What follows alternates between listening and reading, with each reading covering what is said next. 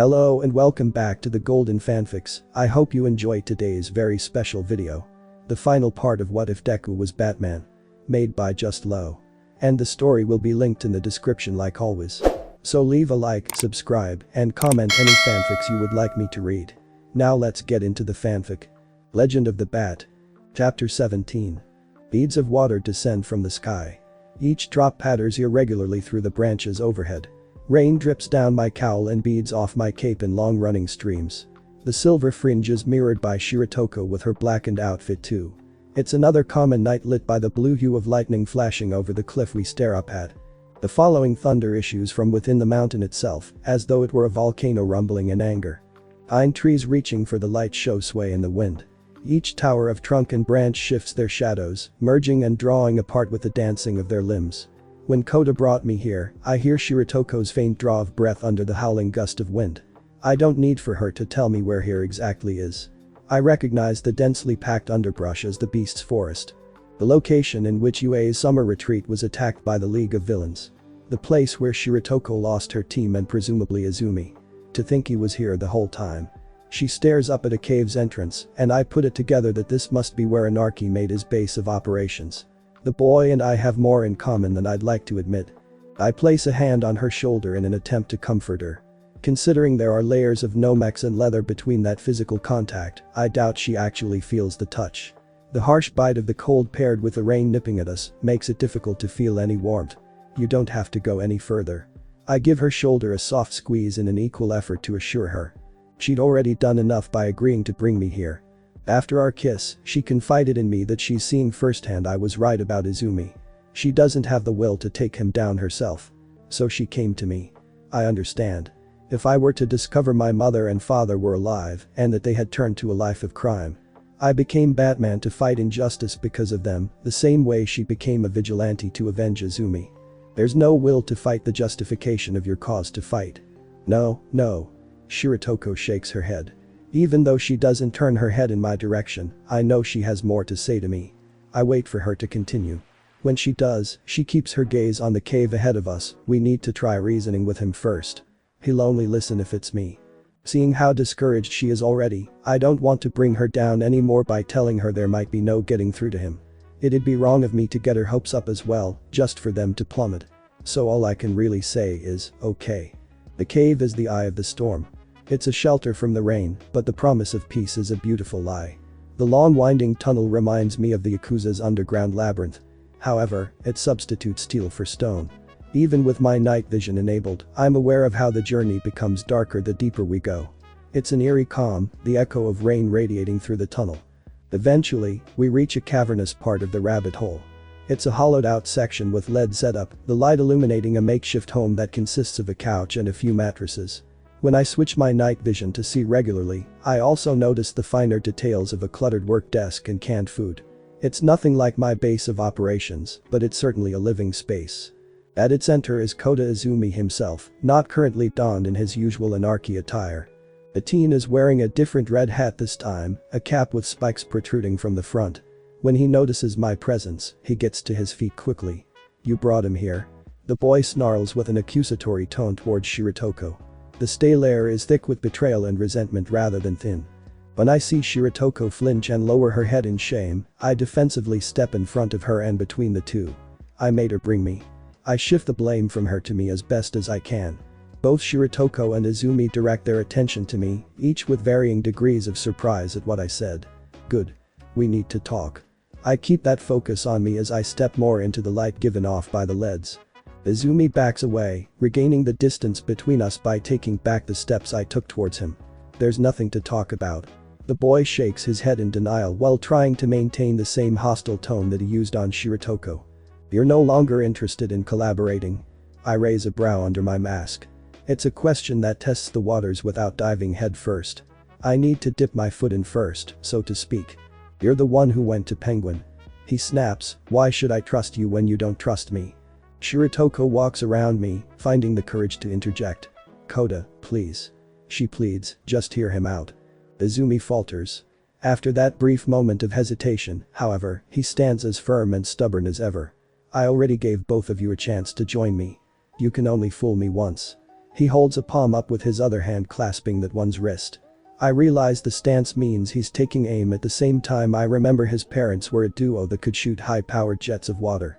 I thrust out my arm to block Shiratoko, a desperate attempt to simultaneously shield her while keeping her back.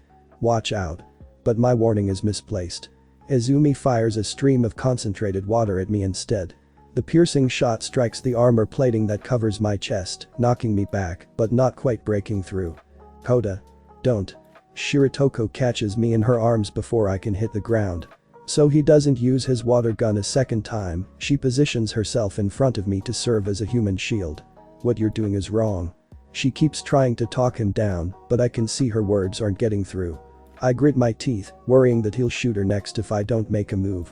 Izumi scoffs, unconvinced. The dictionary defines evil as bad, harmful. But that's only half the story. Evil needs to be intentional. He tries to justify his actions before taking aim again. I climb to my feet, prepared to take another shot if I have to. Quoting Einstein out of context, they say that good and evil are relative. But there are no moral absolutes.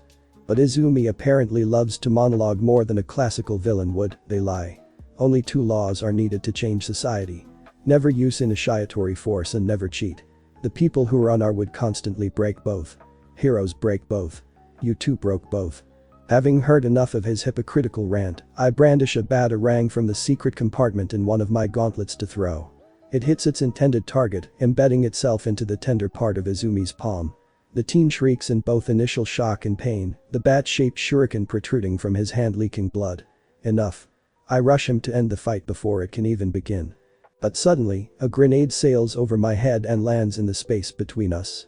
My feet grind into the ground as I slide to a stop, but there's no time to run back or jump. Not without getting struck by shrapnel. I cover myself with my cape, the fabric hopefully being enough to take the brunt of the incoming blast. When it does, I'm blown back with immense destructive force. The explosion flares against my cape and rocks the entire cave structure. The culprit of who threw the grenade presents himself. Deathstroke, the Terminator, leaps from a bluff to join us in the deeper section of the cavern. Yes. I've had enough waiting too. He addresses me directly before taking in the environment. I originally thought this was your hideout. It seems I was wrong. Is Batman? Shiratoko rushes to my side.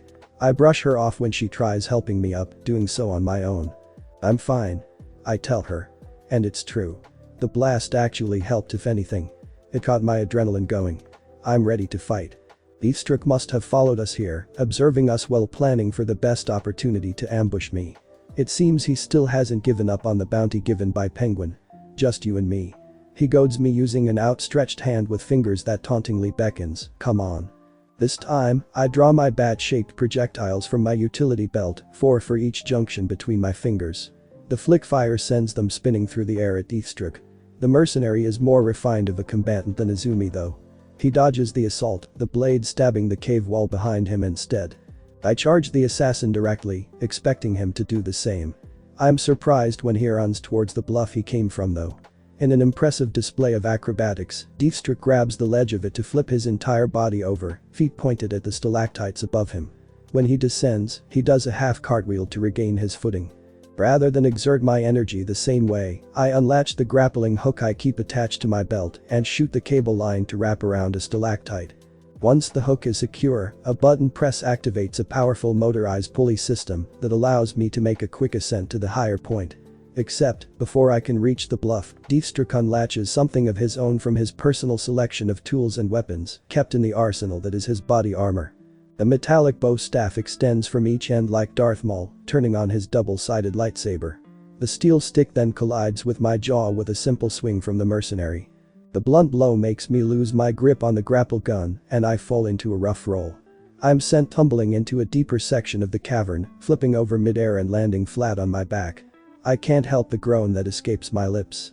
When I turn my head, I take my eyes off of Deathstroke just long enough to see Izumi fleeing for the cave's exit. Society is rotten. It will only be changed when people see the greed, arrogance, and brutality of those who rule them. He shouts over his shoulder like he's making a solemn vow to us. But my attention is reverted back to Deathstroke when the assassin springs down from their vantage point to continue our battle. He has his metal bow staff pulled back like a spear or a stake, intended to be thrust into me as I lay here like a vampire in its coffin. I roll out of the way in time for it to only slam into the ground, the rock there chipping from the force of the impact. "Shiratoko." I call out to her as I use my forearm to block a downward swing from the upper part of the staff. Currently preoccupied with Deathstroke, who's proving to be quite the formidable opponent as he forces me to stay crouched by swinging the other end of the metal stick at my right side, I have to rely on her. Go after him. I don't bother glancing to see whether she's actually pursuing him or not though. I'm too busy parrying the spinning stick that's flying at my head. "You're making your teammate risk their life alone." Deathstroke makes an accusation as he twirls the metal Rakushikam. I catch it between the blades on my gauntlets, preventing it from striking my face. Deathstroke presses into it with his weight, not very heroic. Still stopping me from standing up. A thin bar slides through the miniature gaps before I can utilize the pointed vambraces. With the weight removed, I stumble forward due to pushing back with my own. That gives Deathstroke the opportunity to rotate his body with the staff held over his head. I expect it to come back down and strike me, but get a kick to my abdomen instead. My back hits a groove in the cave wall behind me. From this angle, I can see Shiratoko chasing after Izumi without having to avert my eyes from Deathstroke. The next time the assassin swings the Rakushikam at me, I bat it aside with the underside of my gauntlet. I trust her to handle her own. I retort before giving the mercenary my full undivided attention. The next couple of strikes are easy to block, parrying the steel stick proving less difficult when I'm not worrying about Shiratoko or Izumi. I really will have to trust her to catch Anarchy. Since she used to be a pro hero before turning vigilante and she held her own in fights against me, I try not to fret. I've got my own battle to win. I lash out with my own kick, nailing Deathstroke in the chest. On this unstable surface, the mercenary loses his footing upon knockback. I watch Deathstroke fall over the ledge of a drop-off and rush forward to catch him. When I reach the rim, I realize that was a mistake. Deathstroke used the bow staff as a stopper, the length of it reaching each side of the hole he fell in. The Terminator uses the momentum from his fall to loop around the makeshift ladder rung and launches back up feet first. Steel soles collide with my face. I roll with a hit like I'm doing a backward somersault. When I get back to my feet, Deathstroke has already drawn a katana from the sheath on his back. He advances, thrusting the sword forward with his quick steps. I lean back, arms up to block the next attack with my arm braces. What's more important? The mercenary asks as he chops down on one of my gauntlets, beating on villains and criminals or saving lives. I take a step back with each swing of the katana, giving me enough time to block with my vambraces. Saving lives is always the priority. I make sure the next slash lands between the jagged blades on my arm. Then I use them as a way to hook the sword and draw it down. Sparks fly as steel grinds against steel. Before Deathstroke can respond or react, I use my other arm to slam an elbow against his helmet. I seize the opening and then grab the orange scarf hanging from his shoulders, rather than retract my arm. Close quarters combat is in the Terminator's area of expertise, judging by the way he uses his own free arm to counter that. We each grab a hold of each other. He throws my arm down, my grip not loosening, the scarf ripping loose from around his neck and remaining in my hand. The other hand of the mercenary that's still holding a sword is wrapped in a fist, clutching the katana's handle, and punches my exposed side. The blade slides free from the small points on my gauntlet and swings in a motion to slice me in half. I block it only an inch from making contact. Then how come you're still here fighting me? Deathstroke denies my answer with an executioner's beheading movement. He's playing judge and jury, but I deflect every attack, metal clashing each time. Shouldn't you be helping your ally? He brings up Shiratoko again, but I don't let that distract me. I bring my arms together to block the next strike. When the katana hits between them, I pull each one apart, the jagged tips applying pressure in opposing directions. It's enough to snap the sword in half. I will once I'm finished with you. I wind my arm around so that my elbow connects with his helmet a second time. He attempts to shove my arm away with his own, but I bat it aside first. My fist clenched, I pull it back and then punch him hard where his ribs are. When my knuckles collide with the armor plating, they dent it and I feel something snap that's not my own bones. Deathstroke grunts loudly, the first sign of any discomfort or pain that I've managed to evoke. Despite the katana missing its length, he still holds onto it, the remaining part just as sharp. It chops downwards, but I catch the arm that wields it by the wrist before it can connect. The mercenary breaks my grip by ducking under my arm and bringing himself back up on the other side of it. The shortened blade brushes against my stomach as the assassin slashes like it's a makeshift knife. If it were still long, my intestines would have spilled out. The next slash is meant for my neck, but I lean away from it. Again, if it weren't broken, the katana's attack would have been lethal. The sword would have beheaded me. Deathstroke's brutally vicious fighting style has somehow become even deadlier. I close the distance and grab him by each wrist to prevent any more stabbing motions. It's then just a matter of who's stronger as we force ourselves to push against one another. We're equally matched, each of us gradually shoving the other back a step depending on who overpowers the other in every passing second. Seeing no point in wrestling with him, I twist so that his body slams against the cave wall beside us. Deathstroke releases his hold, but not because of the impact, because he needs at least one arm free to knock one of mine aside. That same arm reaches around my neck and grabs the back of my skull next. He holds it in place so that he can deliver a headbutt. Still not fully recovered from being shot in the head by Deadshot, my skull rings and my vision blurs. The least of my worries is the migraine that'll cause. That moment of weakness on my part allowed Deathstroke to slip the rest of my hold so that he can grab me by the throat. I'm shoved all the way back so that I'm no longer balanced by my own footing. The only thing keeping me close to upright is the mercenary's grip on my neck, giving it a tighter choking method. Of course, my first instinct is to grab the arm that's choking me with each of my own. I only maintain that equal hold to have a stable thing to hold onto though. Since the only way to break free from this is to run up the wall of the cave I'm facing, the same one Deathstroke has his back to. Once I run out of wall to climb with my feet, I use that traction to flip over the mercenary. Rather than let go of his arm though, I use it as a handle and throw him. He bounces once, shoulder pad taking the impact for him, and then slides to his feet. That's when I unlatch my grappling hook again, but this time to aim it at him. The hook sinks into the mercenary's chest plate and the wire yanks him towards me. I extend my arm so that he runs into it, clotheslining him. He bends completely, landing face down instead of on his back. He does a push-up to get off the ground, pulling a dagger out from a scabbard strapped to his thigh. I hit the knife instead of him, knocking it out of his hand before he gets the chance to use it. Then I spin around in a move similar to one he did earlier, delivering a kick. It makes its destination at Deathstroke's gut, but the mercenary keeps it there by grabbing onto my leg so that I can't pull away. I go for an uppercut that nails him in the jaw, making him let go. But he's quick to recover before I can follow up with another attack. A right hook, a left hook, 2 right jabs. Each one blocked, but barely. Not willing to let him continue throwing punches at me, I force my way through his guard and grab his chest so that I can thrust him down. It becomes an effective body slam, knocking him on his back. I cock an arm back, ready to hit him while he's down, but he gets a kick in first. With that leg extended outward, the mercenary lifts it back so that he rolls backwards and back to his feet. I don't let up on my assault though. Pushing past his defense a second time, my fist collides with his helmet. My knuckles bash against the center of it, the split in color actually breaking in half. All of the damage I'd inflicted paid off, cracking the mask wide open. The face underneath is horrifying, but not just because he's missing both his nose and an eye. It's terrifying because I recognize who's behind the mask. Akaguro-sensei. My bated breath gives away any shock hidden by my own disguise. He too pauses, taken aback by having his identity revealed. I have been called many names. Stendhal. Stain. Hero killer.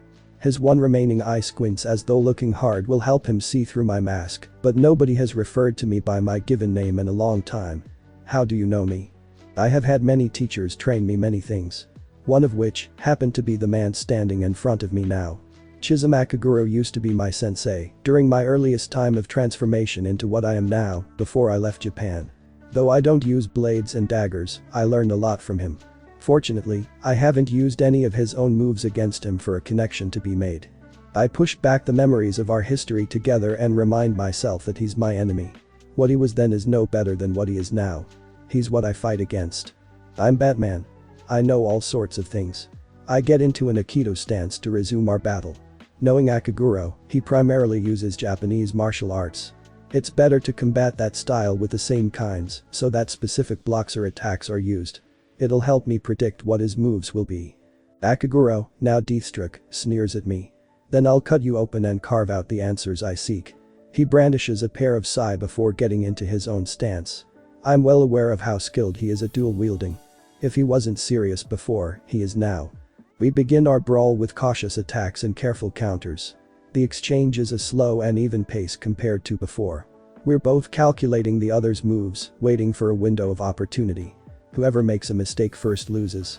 The sei have a shorter reach than the broad stroke of a sword, but that's accounted for this time. He pivots to slash and steps to stab, making it harder for me to keep up with just my arms in such close proximity. The shaft scrapes against my gauntlets, but the shorter prongs catch the corners of my lower forearm. Tiny scrapes begin to seep blood as they gradually rip through my protective fabric. The blade's tips are just a distraction. It's the yoku that I need to watch out for. They serve as a guard when I try to use the pointed tips of my vambraces to break the sai as well. It'll prove far more difficult to disarm him this time. I twist to the side in order to dodge a thrust meant to impale me. Then my palm comes up to strike Akaguro in his now exposed face. It never does. The second sai slides clean through my hand, pointed tip coming out the other side. I grit my teeth and fight through the pain.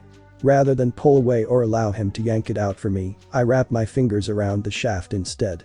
He just gave me a handle to grab in order to rip the weapon free from his own grip. The downside is I gave him an advantage as well.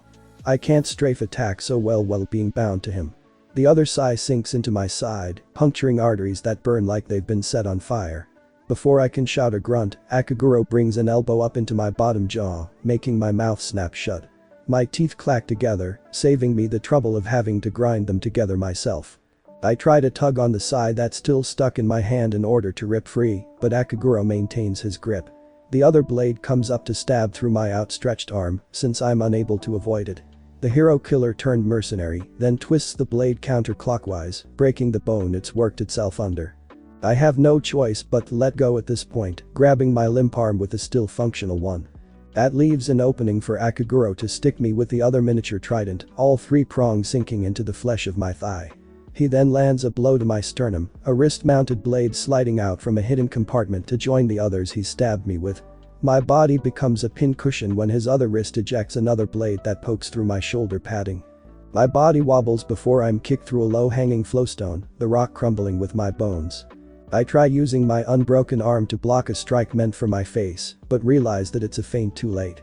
I'm punched in the side, a few ribs cracking, allowing Akaguro to return the favor of earlier. I try swinging at him, but it's sloppy. I'm sluggish and slow. He ducks under the weak attack before sweeping my legs out from under me. When I fall, I land on a stalagmite, the pointed rock joining the other sharp object stuck in my body. Into the floor, Akaguro presses the steel plating of his boot sole against one of my various cuts. I force back a scream and just grit my teeth, my defiance yelling at him through my glare instead. I'd given up all hope on heroes after All Might died, but those eyes tell me you gave up hope long before then. Am I right? He slides a spare sword out from his backup sheath. The tip rests against my jugular as he asks, "What made you think they were such a lost cause that you chose to be a vigilante?" As I lay here bleeding out, I find it hard to muster the strength I need to continue fighting. The best I can do is stall for time and hope I don't pass out from blood loss. So I answer his question. I spent my entire life training to do what they couldn't. The sharpness of his sword breaks skin as it presses against my throat harder, cutting through the protective fabric of my cowl. Training means nothing. Akaguro sneers at my response. Will is everything. The will to act. Knowing there's no other way to stop him from killing me right here and now, I resort to saying something that'll reveal my identity. There's no other way to prevent my execution. This is my last chance to survive. Then why didn't anyone act the night my parents were taken from me? I can tell by the widening of his eyes that I've jogged his memory.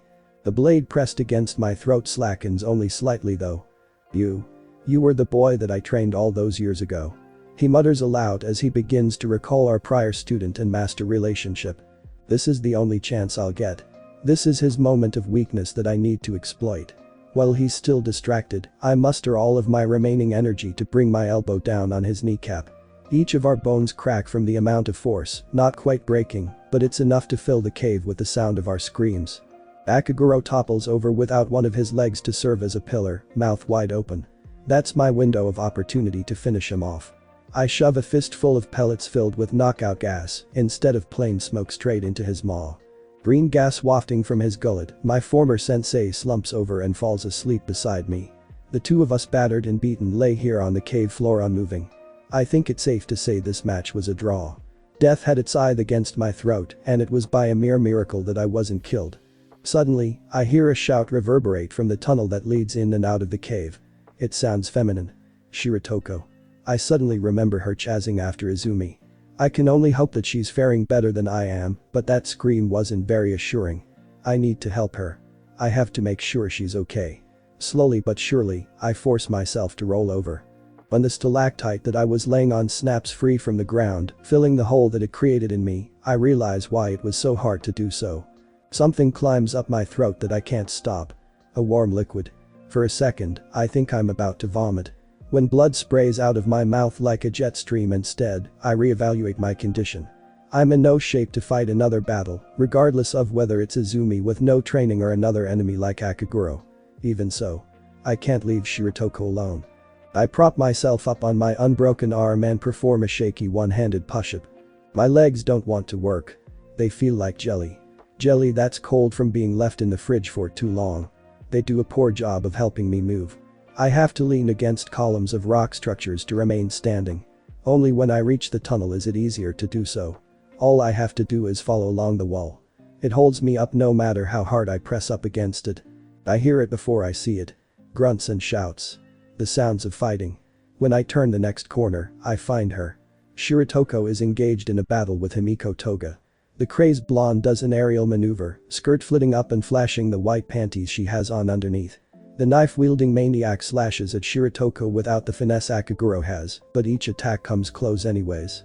I look around, not seeing Izumi anywhere in sight. Toga must have acted as a bodyguard to help him escape. Another feminine shout returns my gaze to the cat fight. Shiratoko's claws have blood on them now. Toga's right shoulder has a fresh claw mark. I relax against the cave wall, seeing Shiratoko has the upper hand now. The gasp from behind me makes me whirl around. I expect another opponent, but feel relieved when I find Eri instead. The horned girl stares at me with tears in her eyes. "Hey, are you okay? What do I do?" She reaches out with her hands before retracting them just as quickly. So that she doesn't worry or panic any more than she already is, I cover myself with my cape to hide my injuries. "You don't have to do anything. Just like last time, I'm here to rescue you." I try to sound more awake than I'm feeling. In truth, it's not hard to kneel down to her level. It's better that I rest on my knees anyways. I'm so tired. My eyes are as heavy as my body feels. I just want to close my eyes and lay down. "That man." I hear Shiratoko cry out behind me. She's just now noticed my arrival. As well as my current state. I curse myself for distracting her from her fight. I don't want to give Toga an advantage. "Looking sexier than ever, Betsy. Blood suits you." Toga's giddy giggles sound like they're growing distant. For a moment, I worry that I'm losing consciousness. When I turn my head and see the blonde fleeing though, I realize that it's just because Shiratoko is letting her go in favor of helping me. "Don't go after Toga. Leave me." I try pushing Shiratoko away when she reaches for me. She knocks my feeble attempt to the side before taking me in a hug. I process her lifting me as her trying to carry me this way. I'm not losing another teammate. Shiratoko strains as she tries pulling my body towards the cave's exit. I feel my feet being grabbed and look back to see Eri trying to carry that end of me. "How can I help?" she asks Shiratoko with a desperate expression. I don't want either of them to have to go through this. I don't want to make it any harder on them than it has to be. I wish I wasn't losing consciousness. This must already be so scary for them. I can only imagine how terrifying it must be when I finally pass out from the combination of blood loss and agonizing pain. Chapter 18. I feel smaller. Like I've lost all the density of my hard-earned muscle. I feel light. Like a fragile being that couldn't defend itself with any of every martial arts combination. I feel weak. When I look at my hands, they're thin and uncalloused. They come to my face, clasping freckled cheeks that I thought I had outgrown long ago. Then it hits me. I don't need to look in a mirror to know I've somehow traveled back in time. Wait. My surroundings aren't fully filled in. I do a slow spin, taking in the uncolored environment. I'm in some sort of gym, the floor is layered with a matting made to fall on. However, there's gaps in the walls. The holes there have nothing to see within them, just empty space like the room that I'm in itself. I try to remember how I got to this strange place. I try to figure out why everything feels so out of place as oddly as it appears. Only after a few seconds of waiting for nothing to materialize where things are missing do I understand. I may have traveled back in time, but only technically. This is a memory that I'm reliving. This must be a subconscious state of dream that I'm currently in. The man who enters the room without coming through a door proves so. Chizumakaguro, one of my former senseis who helped me become Batman, towers over me despite having a distinct hunch that keeps him bent forward. My hardened eyes of malachite stare up and straight into ruby red orbs that burn like hot coals. Akaguro steps forward and without warning, swings his fist. No. I remember.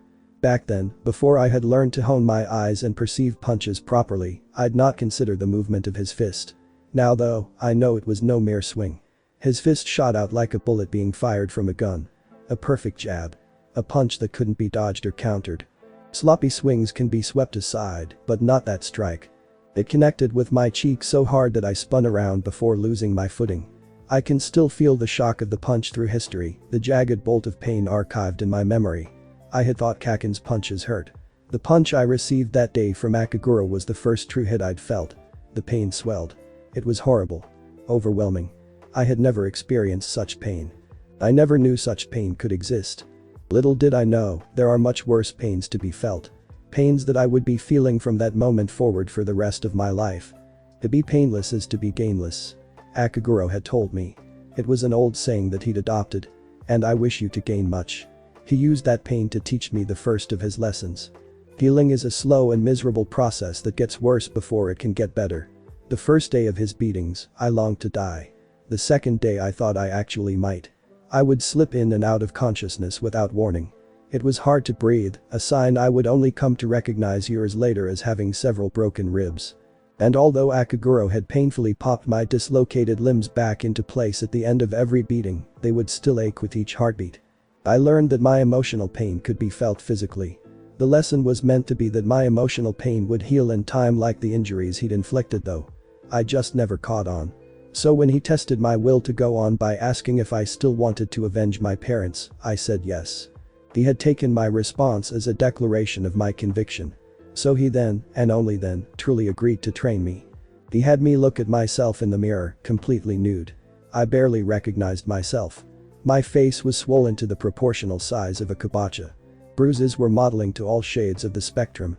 Whoever I saw. Whoever I'm seeing now. The reflection looks nothing like me. Here is where your new life begins. Akaguro's voice lingers in the endless air of the vast space in which I stand despite him being nowhere near anymore. I then see why. I'm back in that alley. The alley. I've returned to that lonely place that brings me to my knees. What you see is the boy dying. The mirror shatters, and the shards cut deep enough to create a puddle of blood for my reflection's replacement. The man will emerge. The horned silhouette stares back at me from within the red void, a black shadow of its own abyss. Numb. I could feel myself becoming numb. While that may have been a good thing for my beleaguered sanity, it was not such a good thing for my soul. Never lose your humanity. Akaguro had told me, or you'll be nothing more than a killing machine. So I had chosen to never kill. I decided that no matter knowing every way possible to end a life, I would never use that knowledge to do so. Despite him showing me how to wield and use everything as a weapon, regardless of it being a sword or an office supply, I would never utilize those things to their fullest potential. I would place restrictions on myself. I would make limits and draw lines never meant to be crossed. That's how I would separate myself from the criminals and the villains I'd be fighting. That's how I kept myself from becoming another version of what Akaguro was when he hunted heroes as Stain. Akaguro had mistaken my vow as an inability to use particular weapons though. One day he had me dual-wielding, daggers in each hand. 2 blades were difficult, I favor my right and have little dexterity with my left. The next day, he returned to making me use a katana. I learned how to use Tekken and Hachiwari, Japan's not-so-famous blades. The complexity of controlling a sickle or aiming kunai followed suit. Eventually, he caught on to why I wasn't performing as efficiently as I was in the beginning. The day training stopped was the day Akaguro had asked me to stain my soul with blood. He took me out into the night, pointed to a group of delinquents doing drugs, and demanded that I show him my resolve. As much as I wanted to verbally protest, insist that I couldn't do it as much as my heart told me I couldn't do it, my mind knew the truth. Yes, I could. I had been training for precisely the ability to kill. All I had to do was dial my conscience down to 0. I knew I was capable of that. And it terrified me. Hearts and jugulars. Akaguro's expectations weren't misplaced, and he wanted me to prove that to us both. Dispatch the scum with speed. You will be timed. However, I still wouldn't do it. It wasn't that I couldn't do it. It was that I wouldn't. When I decided not to obey. When I chose not to take action, that distinction in choice was made evident. I dropped both blades, leaving them behind. I would continue taking the pain inflicted upon me if it meant never giving in. When I wake up, I feel the full weight of my density return. The heaviness presses down on me, keeping me from moving too suddenly. When I do begin to stir, I feel a fabric between myself and the sheets of the cave's medbay gurney. I'm deep underground, wrapped in bandages and gauze like a mummy. The wounds I have hold me down like several hands gripping my body. Each bullet hole or scar feels as though those hands are sinking their fingers into them. My dream-induced memory reminds me of the reason why I keep fighting against those grabbing arms. I can't allow myself to be pulled down to their level. I can't give in. I won't give up so long as I'm still able to fight. I nearly fall flat on my face when attempting to roll over, but manage to catch myself before adding more insult to injury. Then it's just a matter of hobbling from point A to point B. The supercomputer just ahead of me is point B. I don't bother tearing my gaze from my destination when I hear the echo of footfalls descending the circular iron steps that bring one from the comforts of the mansion above me to the cave down here. I know that those steps must belong to none other than Kurogiri, come to check up on me. There are several sections to the subterranean lair, including a state-of-the-art crime lab and a high-tech mechanical repair facility designed to accommodate any sort of vehicle, whether it be for land, sea, or air. Further along lay an open area where the automobile I'm used to driving the most is kept at ready. Scattered among the polished steel supports and the naturally hewn rock walls are a series of pumps similar to those found in underground transit systems. The pipes control the water that flows naturally through the cavern. Environmental control units keep the dampness at bay to avoid damage to the array of delicate equipment I have laid out. I also need to maintain a comfortable temperature in every area of the cave. Yet, Kurogiri's destination is the same as mine, the computer lab. How are you standing? He doesn't feign the shock in his tone as he easily catches up to my slow limp. Nearly every bone in your body has been shattered and you're covered head to toe with lacerations. I can stand. I try waving him off when he reaches to help me. My attempt to shoo him is futile though. He props my body against his, one arm slung over his shoulders, so that I can lean all of my weight onto him. Good for you. Very stoic. He somehow finds a way to mix monotone with sarcasm while helping me to move across the steel plating beneath our feet. He's dressed in dark slacks and a gold-colored vest with paisley designs. Ever the fashionista. His tie is never loose, but his sleeves are rolled up. You must be 90% painkillers. He helps me sink into the cushion of the seat in front of the huge monitor array. Where's Shiratoko and Eri?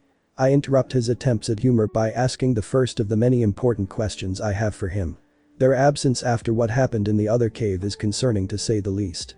Kurogiri's demeanor isn't solemn or downtrodden in any way to be discouraging though.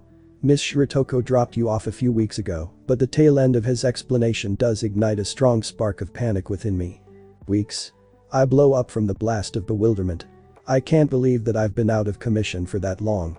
I have no doubt Kurogiri came up with reasonable excuses for Midoriya Enterprises and my social life, but I don't want to consider what could have happened without Batman for the past few weeks. Kurogiri doesn't flinch to suggest he was surprised by my outburst. If I were to guess, I'd estimate he was expecting that kind of reaction. It's taken you quite some time to recover. You had both girls rather worried for your well-being. He pauses before adding, as well as myself, though I hate to admit. Ignoring him as I check the computer's calendar for today's date, I see that the bad news just continues to get worse. Tonight's the Hero Festival. The revelation is an audible whisper from my own breathless voice.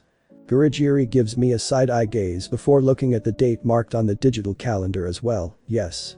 Quite the occasion. Considering how much of a hero fanatic you once were, I'm sure you'd have been disappointed had you slept through it. That's not what I meant.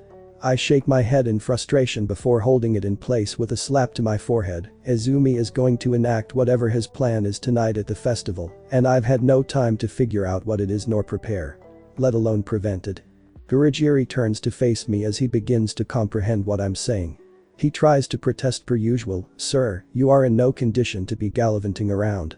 But I won't let him, I have no choice, Kurogiri. I force myself to stand up from my seat without his help before explaining why. It's a hero festival. There's going to be so many heroes present that if I were to tip them off for the police that they wouldn't take me seriously. The best I could hope for is that they'd cancel the festival, but they'd be too confident in the heroes to do that. Have you no confidence in the heroes, Master Midoriya? Kurogiri asks me as I approach the glass case containing my suit. The bat insignia repaired, it has its wings spread ready to take flight. Izuku. Kurogiri's voice barely reaches me as I stare at the reflection of my face in the suit's hollow cowl. I've learned that there's no heroes anyone can rely on anymore. There's just myself. No. I unlock the glass container so that the bat within can fly out to exact justice. What shall I tell Miss Shiratoko and young Eri? Kurogiri asks almost pleadingly, as though reminding me of them will sway my decision. Where are they? I instead ask my first original question while wrapping my cape around my shoulders.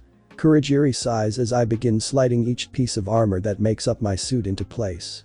Shiratoko has surprisingly adopted the young girl. I pause when I hear that, mask in hand. I guess I should have expected as much. Shiratoko clearly has a soft side for children, whether they are Izumi or not. Seeing my delay in suiting up, Kurogiri continues, the two are no doubt at her apartment. Should I give them a call to let them know you've awoken? I gaze down at the mask in my hands. Its empty sockets stare into my own, no tears able to be shed over what has to be done. No. Don't disturb them. I place the cowl over my head as I turn away from Kurogiri and head towards the super-engineered car waiting for me at the docking station. Sir. Kurogiri hesitates before trailing behind me, Izuku. I don't look back. I can't. Not when he's using my first name. Not when what he has to say means so much to him. Not when I know that it means as much as this means to me too. Tomoko is no doubt willing to leave her past behind her. I don't glance over my shoulder, nor do I give him a response for fear of losing the resolve that had been beaten into me. Why aren't you? I depart from the cave, heading for the Hero Festival to stop Anarchy from unleashing anarchy. As I go, I try to come up with an answer to Kurogiri's question. When I don't, it's difficult for me to say whether that's because I won't or because I can't. Chapter 19.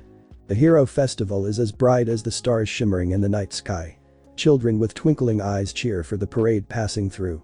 Light shines from open windows while people look out from apartment complexes to catch a glimpse of the floats. Spotlights beam up and down, illuminating the heroes in attendance and their replica balloons. The crowded line extends for blocks, only occasionally splitting off where booths are set up. Hero merchandise that ranges from shirts to posters to action figures and collectibles are being sold by vendors on one side, while food trucks sell hero brand meals or sweets across the way on the other. Parents hold signs up that are made to worship and promote the heroes, while their kids cling to candy or popsicles. I spot Red Riot on one of the parade floats, waving to the children as his merch is shot from a t-shirt cannon into the crowd. It's ironic considering he doesn't wear a shirt himself. The beat of drums from a marching band matches the hammering of my heart as I search for Anarchy. The longer it takes me to find Izumi, the more I worry that the shrill sound of horns will turn into screams. Fortunately, the baby I had Hatsune make was finished just in the nick of time. She warned me that it's still in the prototype phase, but she's the best inventor that I know. It'll work. It has too. I switch on the sonar vision, my sight straining to see through the initial flash of scanning the environment. Just as Hatsune had said, it helps me view the world as a bat, using echolocation to search the scenery. Active sonar emits pulses of sound waves that travel through the air, meant to reflect off the buildings and then return to me. That helps map out the area. Then passive sonar listens for sounds generated by the world, the intention being that I find a sound source from a target such as Anarchy or Toga. The band playing their music and the roar of the hero supporters throws off the sound navigation, the early prototype stage not capable of filtering unwarranted sound just yet. I try adjusting the range, looking past the parade itself and more closely at the structures around it. There. At a lower decibel. The sonar scans the building that it located a foreign noise from, searching through walls and panning up floor levels. It's a bit more sophisticated than X-ray, but maybe not as reliant just yet.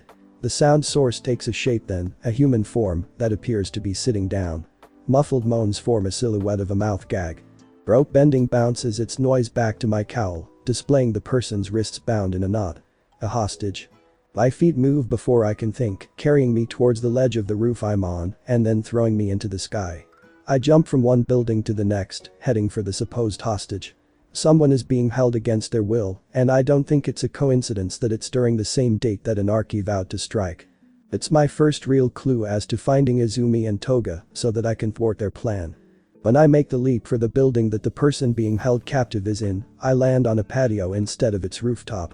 It's the same level that the hostage is on. Wasting no time on picking the lock, I kick the door in. It flies off its hinges and grants me entry. There's some yen in one of my belt pouches that I leave on the kitchen counter for whoever owns the apartment I'm in. It should be enough to pay for the cost of damages. 4 doors down the hall, there's no need to pay for breaking into that apartment. It's the one that the hostage is being held in. I step through the foyer and enter the living room where they're tied and gagged. It's a woman in nothing but her undergarments, but recognizable by her brown bob of hair. She's the pro-hero who Toga had impersonated, Izuku Midoriya. Her body is covered in lacerations, no doubt done to her by the identity thief, but fortunately nothing fatal. Midoriya's weary eyes regain their energy when she sees me, widening in panic. I don't blame her for assuming the worst, especially when I brandish a batarang. She must be so used to Toga cutting her that she doesn't expect me to slice through the ropes tied around her instead. She undoes the gag around her mouth herself to say, who are you? That man. Is my answer regardless of whether she knows me by reputation or not. If she isn't familiar with my vigilante persona, she may wind up mistaking me for an underground hero. It doesn't really matter in this particular set of circumstances either way. I doubt she's in any condition to try apprehending me. When Midoriya attempts to stand up, her legs fail her and she drops back into the chair. Stay sitting down. You're not recuperated enough yet to do anything.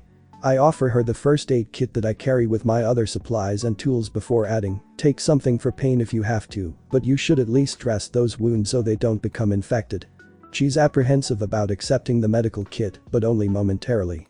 Her hand gingerly takes the first aid while her stare stays on me. Despite still being skeptical of me, she says, thank you. What she's about to say next hitches in her throat. Another pause of hesitation. Then she voices part of her reason for concern, but Toga is still out there. I'm grateful for my mask hiding whatever grim expression I must be making.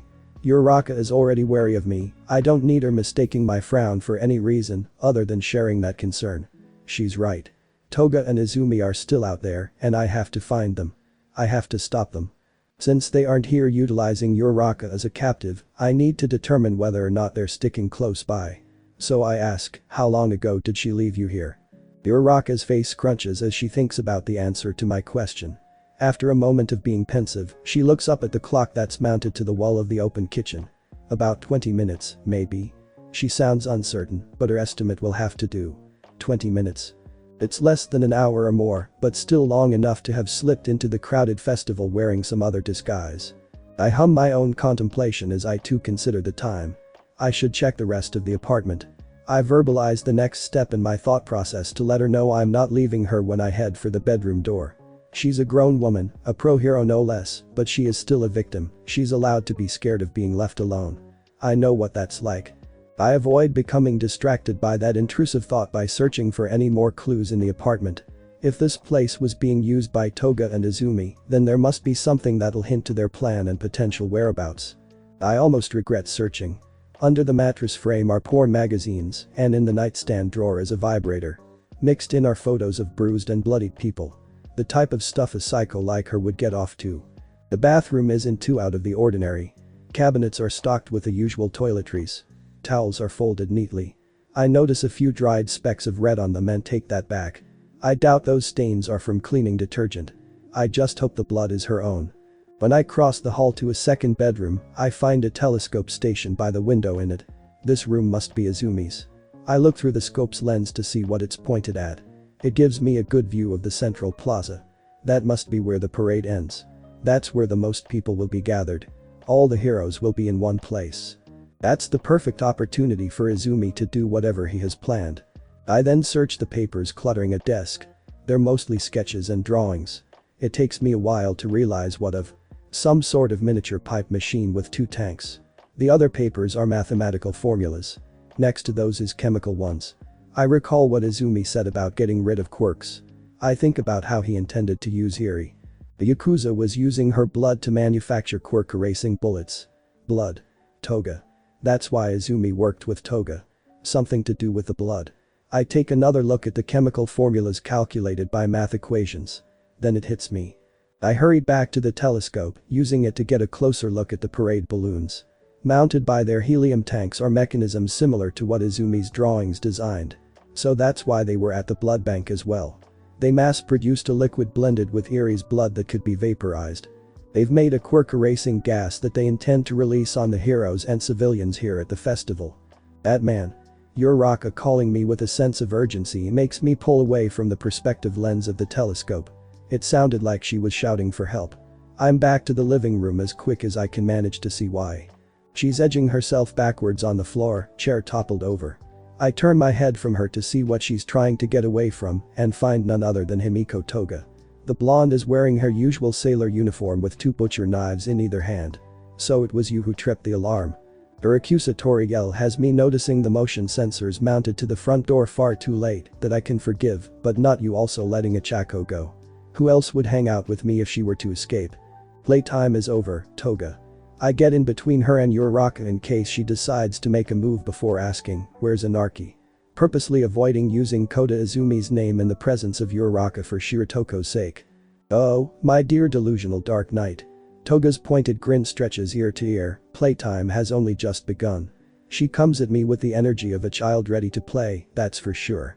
Watching the knives in each of her hands closely, I avoid meeting her rushing in, opting to dodge instead. My body isn't fully healed yet that I don't want to risk facing her head on. Watch out. Uraraka's pointless cry warns me of the wild swing meant to spill my innards. I predict the next one too. And the next. And the one after that.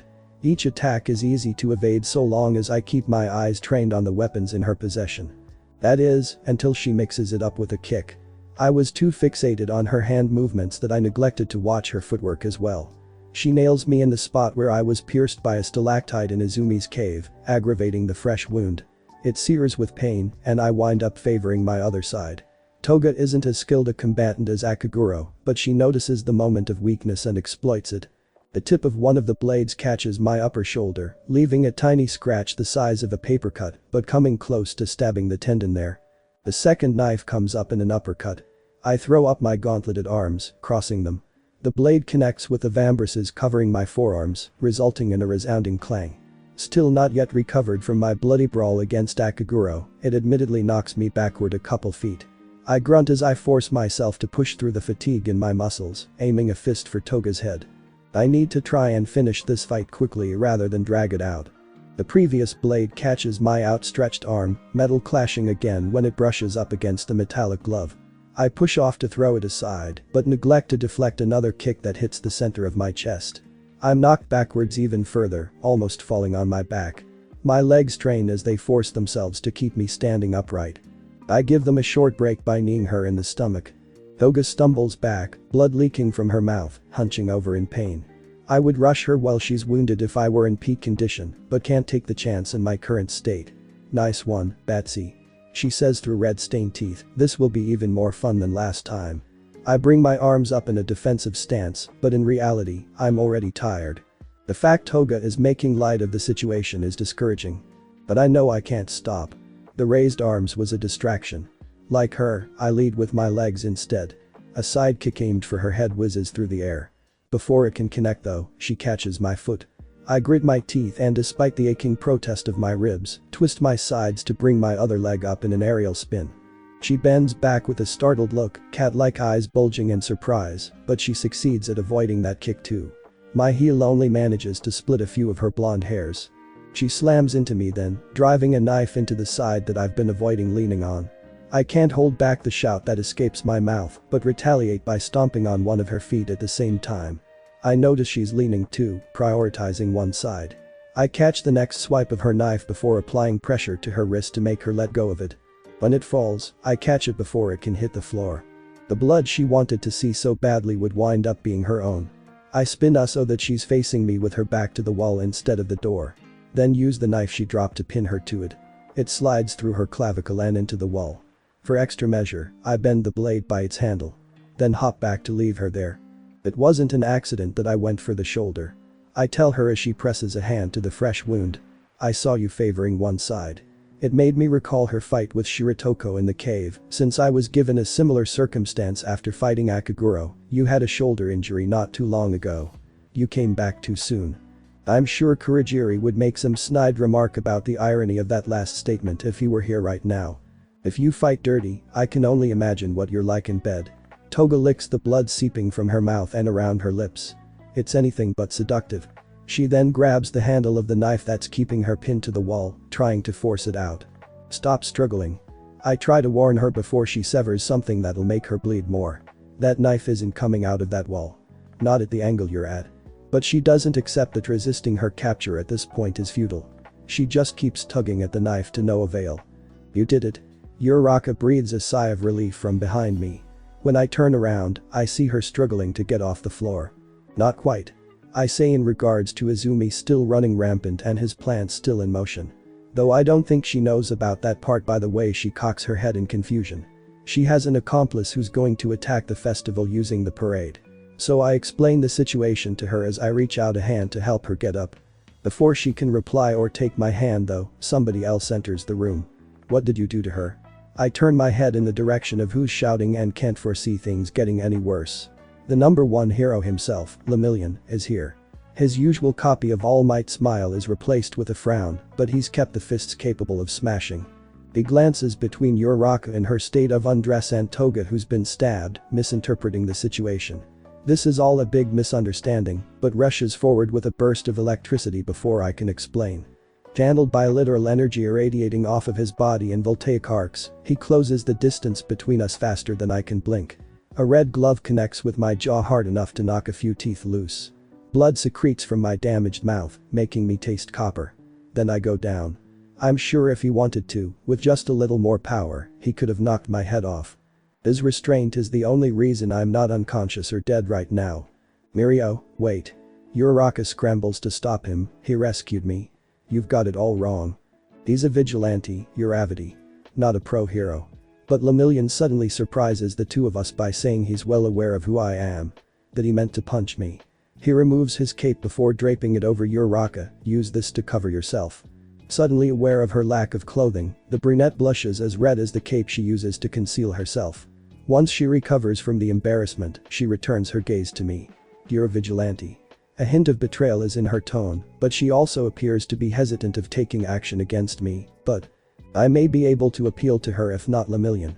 I know that I can't take on the successor to All Might, not right now, so I don't have much of a choice but to try talking them down. So long as we're both saving people, what's the difference? I push myself to get up, but all it takes is a nudge from Lemillion's boot to knock me back down. Heroes are meant to instill hope, says the symbol of hope. He looks from me to Toga through the yellow lens of his visor. By being a vigilante and doing that to people, you're not making yourself a good role model to rely on. Of course. Heroes are perceived as such by the public eye because of their righteous act. They become someone you wait for to save you. You're right. I can't help but agree with him. That's why he and other pro-heroes don't like vigilantes. I do more than just wait around hoping. We take it upon ourselves to do what must be done. One of the batarangs I keep concealed in my gauntlet slides into my hand. I take action. And then I stab Lemillion in the foot with it.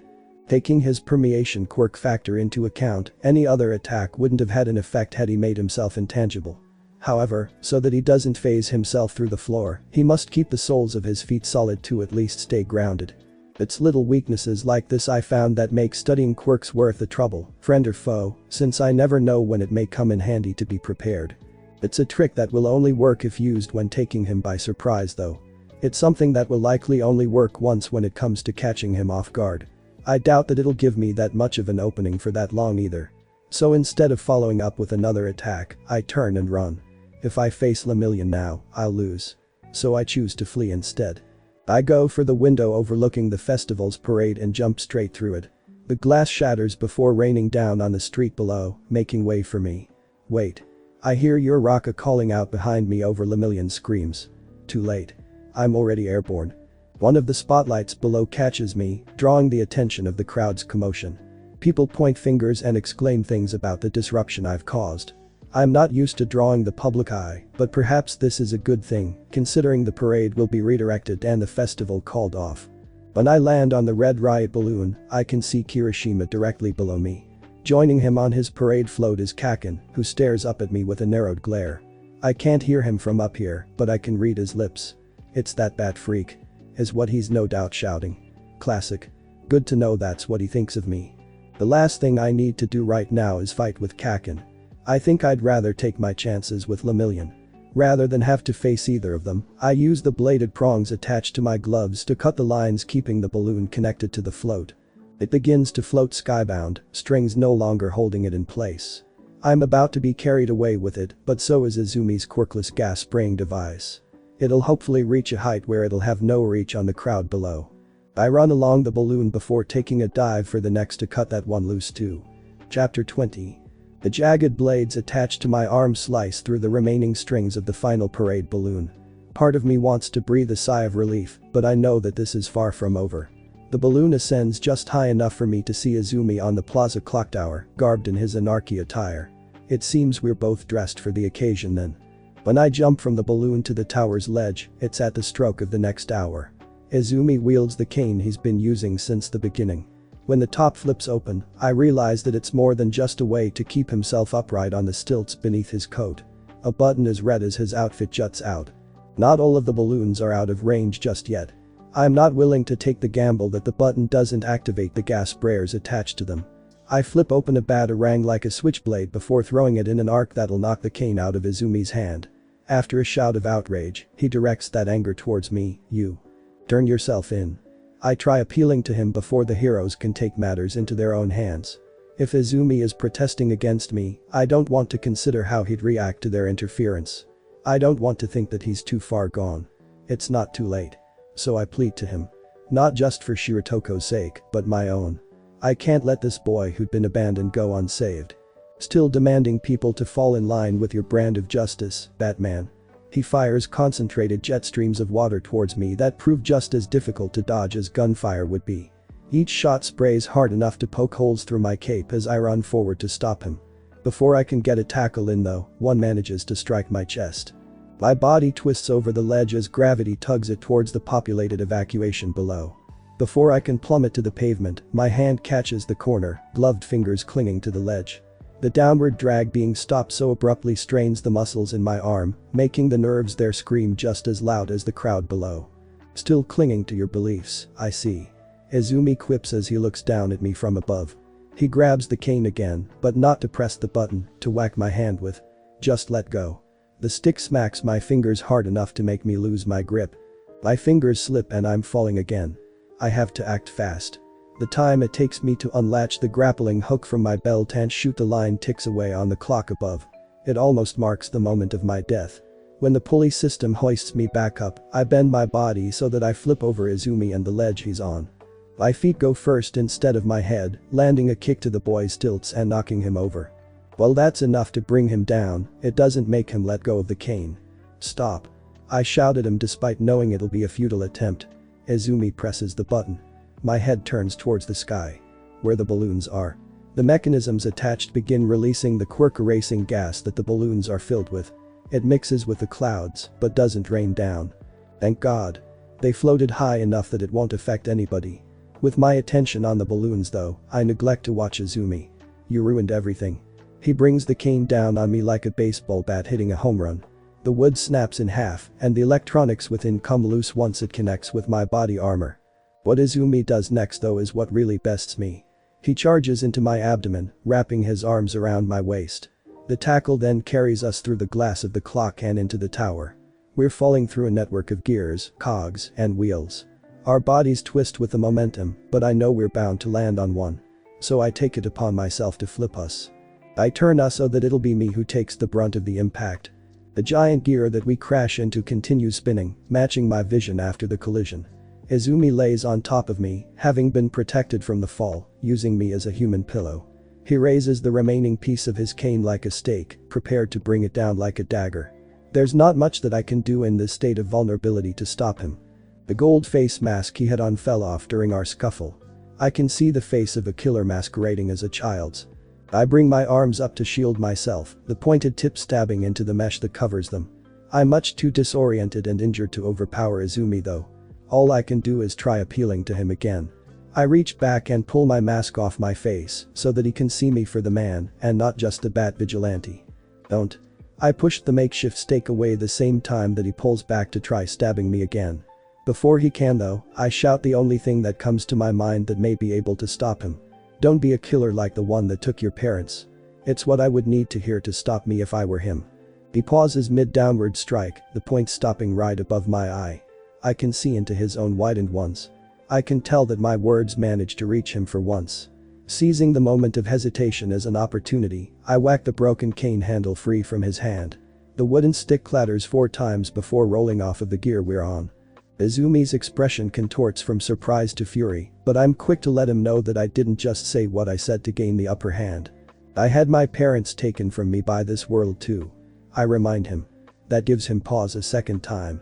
We're more alike than you'd think. That makes him consider what I'm trying to tell him. I'm sure that's the reason he scouted me after discovering my identity. He wasn't looking for just a sympathizer, but somebody capable of empathizing with him. He wanted someone who could relate closely to why he feels so strongly about his mission. I know what it's like to blame heroes for not coming, for not saving your family. I confide in him for the sake of letting him know we share the same reason for what we do. We share the same reason but took different paths. I know what you're thinking. That the way to stop criminals and villains is by getting rid of heroes, but that's not their only motivation. So I'll have to try getting him to change course. Izumi's furious expression doesn't change in the slightest. Not even a twitch. You don't think I know that? He growls through gritted teeth. I know not every villain exists because heroes do.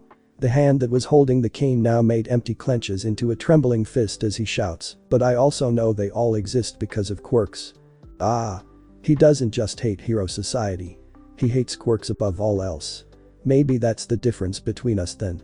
Instead of developing a complete disdain for what I don't have, I wound up admiring them. I found myself fascinated by the possibilities of powers that people possess. Not having one for myself made me appreciate them more if anything. Maybe that's why I know what Izumi doesn't. No. That's not it. I can see the refute about to escape his scowl. So I explain my argument before he can his. My parents were killed by a gun. There are quirks that make them more precise or an appendage of people's bodies. But even in the hands of someone who can't comprehend the power of one until after it's been used, a gun is not a quirk. Izumi reaches into his crimson coat and yanks a pistol from one of its pockets in a fluent motion. He aims the gun at me, circular barrel hovering over my eye's iris. It's a familiar sight. One I'm more acquainted with than the prior point of the makeshift stake. They've only modified them. If what you said were true, the Yakuza wouldn't have made their guns have quirkless bullets specifically invented for quirk warfare. His thumb pulls back the hammer of the gun, cocking it. You don't think a regular bullet is enough to kill someone. But I don't break away from our stare down. I've had these weapons shoved in my face since that night in the alley, starting with the first one then. I know what they're capable of. Yet, I don't back down. Not ever. I know it is. A normal gunshot is all it takes. I'd die in one shot like my mother and father. As I stare up at the boy holding the gun, I can't help but see another version of myself had I taken the same path he did. If I had chosen to embrace the darkness dwelling within me like Akaguro and other senseis wanted, this is what I could have become. The crimson coat hanging from Izumi's shoulders would have been my cape, soaked in the blood of my victims. I could have become a killer no better than the one from the alley. Muscular. The man who killed my parents. He didn't use a gun. He used his quirk. Izumi raises the palm of his other hand as he says this. He was given the power to kill thanks to his quirk and used it to massacre thousands. The sharp stream of water that pierces the metal beside my head fires like the gun can. You're right that I would be no different from him if I used my quirk to kill you. Izumi dries his hand against his jacket before resting the gun against my forehead, but a gun. That won't bother me as much as it does you. I can feel my eyes narrowing in judgment. Though I know I'm nowhere near as scathing as Izumi is. What happened to violence and hypocrisy? I throw his own words to describe his ideology back at him. Though exposing the double standard in his logic seems to have no effect on him either. You can rest easy now. You've at least shown me that the reach of heroes and villains goes beyond just quirks. He ignores me in favor of resting his finger on the gun's trigger. I'm pretty sure that he's going to pull it now. But I won't close my eyes. I'll face death head on like I always have. Especially now in the end. It may not be true that your life flashes before your eyes when you die, but I certainly hear it. A familiar shout from my childhood, Deku. Has me thinking Kaken is here with us. When the weight of the barrel pressed against my skull is lifted and redirected, I realize that he actually is. Now grown up and graduated from UA, the pro hero called Dynamite flies through the broken window using explosions from the palms of his hands. Kaken. I'm as equally shocked as he is to see one another here. He must have pursued me after seeing me hop from balloon to balloon. He came here expecting to catch the vigilante Batman, and now he knows my secret. Not for long though. There's a scream that can't be silenced. It's rising. Growing louder. And louder. It's the scream of a child, abandoned suddenly, long ago. As the scream echoed then in that alley, it echoes now in my mind. It penetrates all the dark places. It slams into the loss. It bounces against the regret and the pain. He's gone. I'm abandoned again. My friend is dead. Izumi still sits atop my chest.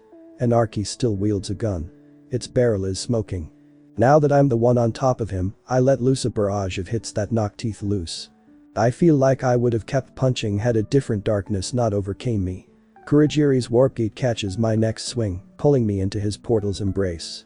Just like he'd abruptly pulled me from the alley, he takes me away now. The only difference is that this time, he prevented another murder from happening. Back then, he took too long that I died after my parents did. Now, Kaken may be gone, but he'd saved Izumi. He may have even saved Batman by extension. Chapter 21. It all happened so fast. I feel like I'm the one who's comatose, my mind still in a daze. Kaken was shot. In the head. I was so sure that he was dead. Yet, here he is, asleep in a hospital bed. He survived. I trace my own forehead with my fingers, the scar there still healing. Kaken's is wrapped. If I survived a gunshot like that, then I shouldn't be surprised to see he did. He was always admirably impressive. He still is. Though it's muted, the hospital room's television plays a news report recounting last night's events. Footage of heroes evacuating the festival is being shown.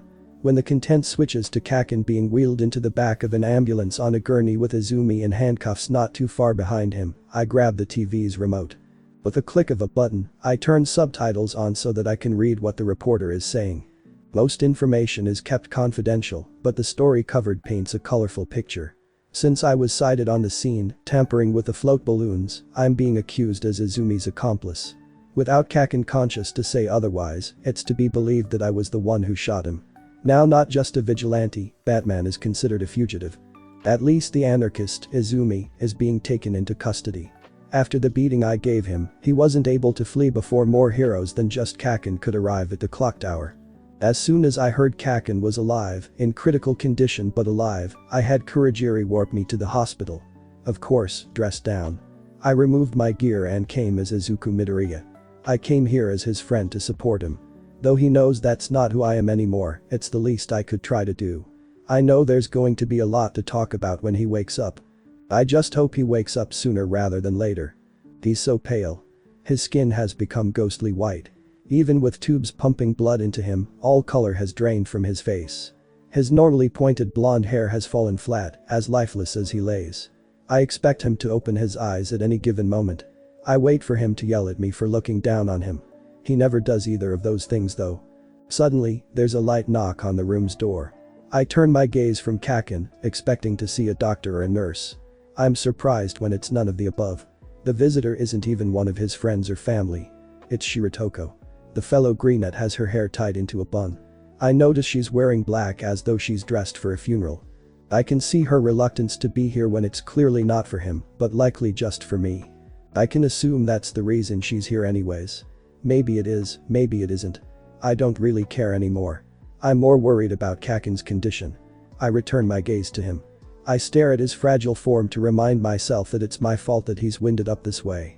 If I hadn't been so weak, Izumi wouldn't have overpowered me and held me at gunpoint. Kaken wouldn't have had to take the bullet for me instead. Shiratoko waits for me to say something to her rather than to myself. I never do. When she realizes that I'm going to remain silent, she takes it upon herself to step further into the room. I thought I might find you here. Her yellow eyes watch me from the side. I don't have enough energy in me to scoff. If I wouldn't have been able to find amusement in that statement before, I surely can't now. I highly doubt she thought of the hospital as the first place to look, did you? And I can't keep that skepticism out of my voice. Her shoulders barely lift to do a small shrug. You weren't anywhere else. Her soft tone is just above a whisper. I can tell by the sound of her voice that she really did look for me everywhere she could. I'd normally be frustrated knowing that someone could come and go with ease between the cave and my company undetected, but right now, I'm much too concerned for my friend's well-being. I keep watching Kaken for a sign. A twitch. A blink. Something. For him to lift a finger or wiggle a toe. Anything. I keep waiting for him to show me that he really is alive. I wait to see whether or not he'll abandon me too. Shiratoko stops staring at me.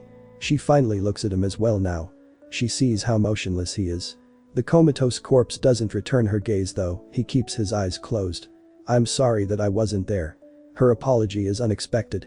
I don't know whether it's directed towards him or me, but I know she must blame herself as much as I blame myself. Shaking my head, it's not your fault. I tell her what she needs to hear so that she doesn't carry that burden. It's not one I intend to share with anybody. I'd heard Kurogiri tell me the same, that it isn't my fault, dozens of times. I know how empty those words are when you know they aren't true.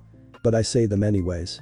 Because despite feeling like Izumi is her responsibility and him being the one who shot Kaken, it wasn't like she could have done anything. Like she said, she wasn't there. I was. I could have tried doing something. I should have done something. Shiratoko shamefully hangs her head anyways. She seems just as consumed in thought as I am. Another quiet moment passes. Where the only noise shared in the space is the room's ambience. The tick of the clock mixed with the beep of the equipment connected to Kaken makes for a rhythmic remnant of time passing. Is he going to be okay? She shifts herself between my bedridden friend and I with her gaze caught somewhere in the middle. I find myself looking at the same spot. It's painful enough of a reminder seeing the pitiful state Kaken is in, but saying it out loud is another thing. Even so, Shiratoko is waiting patiently to hear the diagnosis. The doctors say there's a chance, but they aren't entirely sure. I relay what was told to me, having to pause as I consider my own words. It's like I'm hearing it all again for the first time as well, from my own mouth. The bullet punctured some of the cranial nerves in his brain, so even if he does come out of his coma, there'll be permanent damage. I end up reminding myself that Kaken's fate is still potentially fatal. Shiratoko steps closer, hand reaching out to touch my shoulder, but reconsiders doing so. She retracts it, giving me a sympathetic stare instead. I'm sorry. Her gaze moves from me back to Kaken, as though she's following an invisible connecting thread. I know he was your friend. I wonder whether that's an understatement or an overstatement. Aside from being childhood friends and neighbors during the earliest time of my youth, he and I haven't known one another ever since. Even back then, our relationship had always been complicated to say the least. Even so, I still feel a close connection since he's the only one other than Kurogiri who remembers who I was before. I look back up at him, the consequences of the time that passed and what I've changed into, all of this. Shiratoko does the opposite, switching her gaze back to me. I see her eyes widened in a combination of shock and realization. The conclusion she comes to based on my unique friendship with Kaken and the blonde's diagnosis has her asking, "You think the doctors meant he'll have amnesia?" She believes she's found the reason for my despair. That I'm worried about him forgetting that distant version of me. If Kaken forgets, then that child would only live on in Kurogiri's memory. Since in my own, he's already been long dead. For a second, I find myself believing she's figured me out too. I completely disregard the possibility when I remember what happened in the clock tower though, he saw my face before he was shot. If he were to forget. I don't know why I'm not more relieved that he could. Shiratoko takes my hands in hers, intertwining our fingers. The gentle touch draws me to her, and not just because of the modest pull to bring us closer. When I look her in the eyes, I see the most luminous color of the spectrum. Because you're a good person. You put the people you care about before your identity. Yellow eyes as bright as the sun can't possibly illuminate the darkness dwelling within me. She isn't able to see that deep down, I'm not such a good person like she believes. He would make fun of me for being quirkless. I recall Kaken picking on me. I should resent him for that. The only reason I don't must be because I didn't stay in Japan for the bullying to continue. I wonder if I had, if things had gone differently, would I still want to consider him a friend now? I wonder if I'd be here in the hospital with him or if I'd even care. Shiratoko gives my hands a soft squeeze. You were kids. She says in defense of the past he and I shared. That may be true, but the point is that kid I once was never got the chance to grow up. Who I am now, what I am, is not the same young boy. I find myself questioning what that means for I and Kaken. He said things to me when we saw each other again, not too long ago. I remember what he said to me during our reunion. They were hurtful things based on the assumption that I was still that kid from long ago. It's not who I am underneath, but what I do that defines me, he had said. If he practices what he preaches, then I have to think about his life as a hero being in jeopardy. He's going to be quirkless too now, Shiratoko. The bullet he was shot with. It was one of the Yakuza's. The greenette glances over at Kakin in surprise. She of all people will be able to relate with what that must be like. Unlike me who was born without a quirk, they had lost theirs after living an entire life with them. Her head slowly turns back to me as she thinks about what that must mean when it comes to my involvement. When you told me that it's not my fault. Her hands tug on mine again as she tries to pull me into a hug. Do you think that it's yours? I don't let her. I let go of her hands and pull away before she can. I turn my back to her, taking a few steps to put distance between us instead. I'm sure she has a hurt expression behind me, but I don't turn around to find out. Kurogiri told me that you're adopting Eri. I instead try changing the subject to take her mind off of it. She's stunned by the sudden shift of topic. Or perhaps she's just surprised that Kurogiri informed me. When did he tell you that? I turn around to face her, gauging her expression. She looks nervous. Her hands are gripped together, fingers fumbling over one another. There's something more than she's wanting to let on about Eri. So I ask, where is she? In the lobby. Whatever tension I felt leaves my raised shoulders when I sigh in relief upon hearing that answer. Shiratoko, on the other hand, stays stiff. Kurogiri didn't tell you anything else. The amount of anxiety she uses and how apprehensive she's being rekindles my suspicions. She's hiding something. So I fix her with a knowing stare, my eyebrows raised. She meets my gaze and sees that whatever secret she's hiding won't remain hidden. She confesses what she's been keeping from me. I'm leaving Japan. And, oh, is all I can say. I don't want to make her feel guilty, so I avoid letting it show on my face how I feel. I refrain from saying anything more just in case it'll seep through my tone. She's leaving me too. She's abandoning me. No. It's not the same. She's alive. She can go and live. If she stays, she won't be able to do that here. Neither would Eri be able to. That'll be good for you. So I put on the best smile I can manage in an attempt to assure her it's the right choice to make. It won't be a vacation. She emphasizes the abandonment. The short distance between us now feels a whole lot farther despite us being in the same room.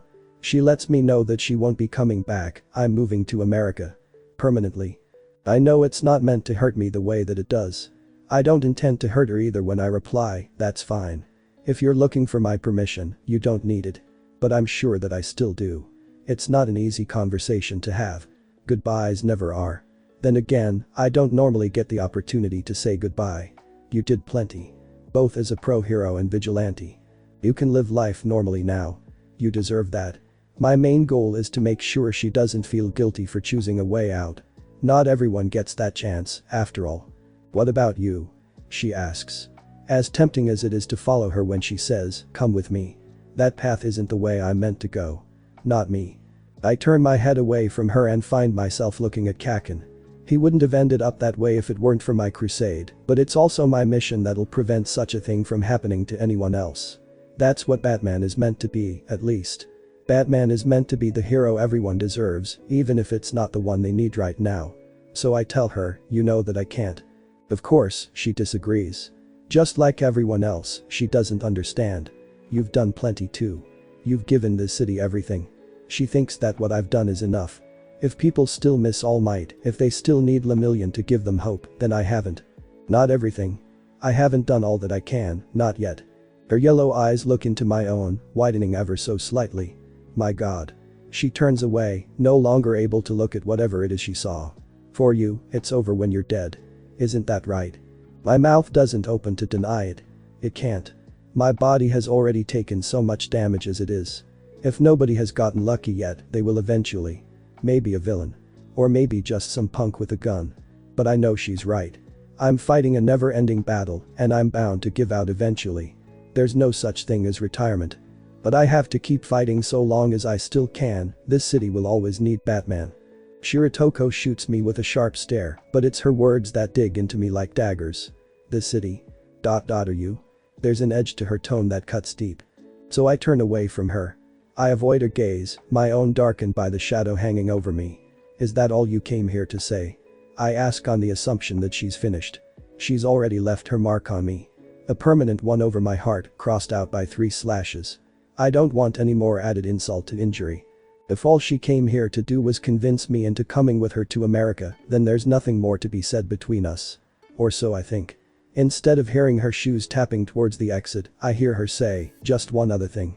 I close my eyes, unable to look at her, but I am all ears. I'm listening. I let her say whatever else is on her mind, considering this may very well be the last time we see one another. There's a long pause. Long enough that I think she's changed her mind.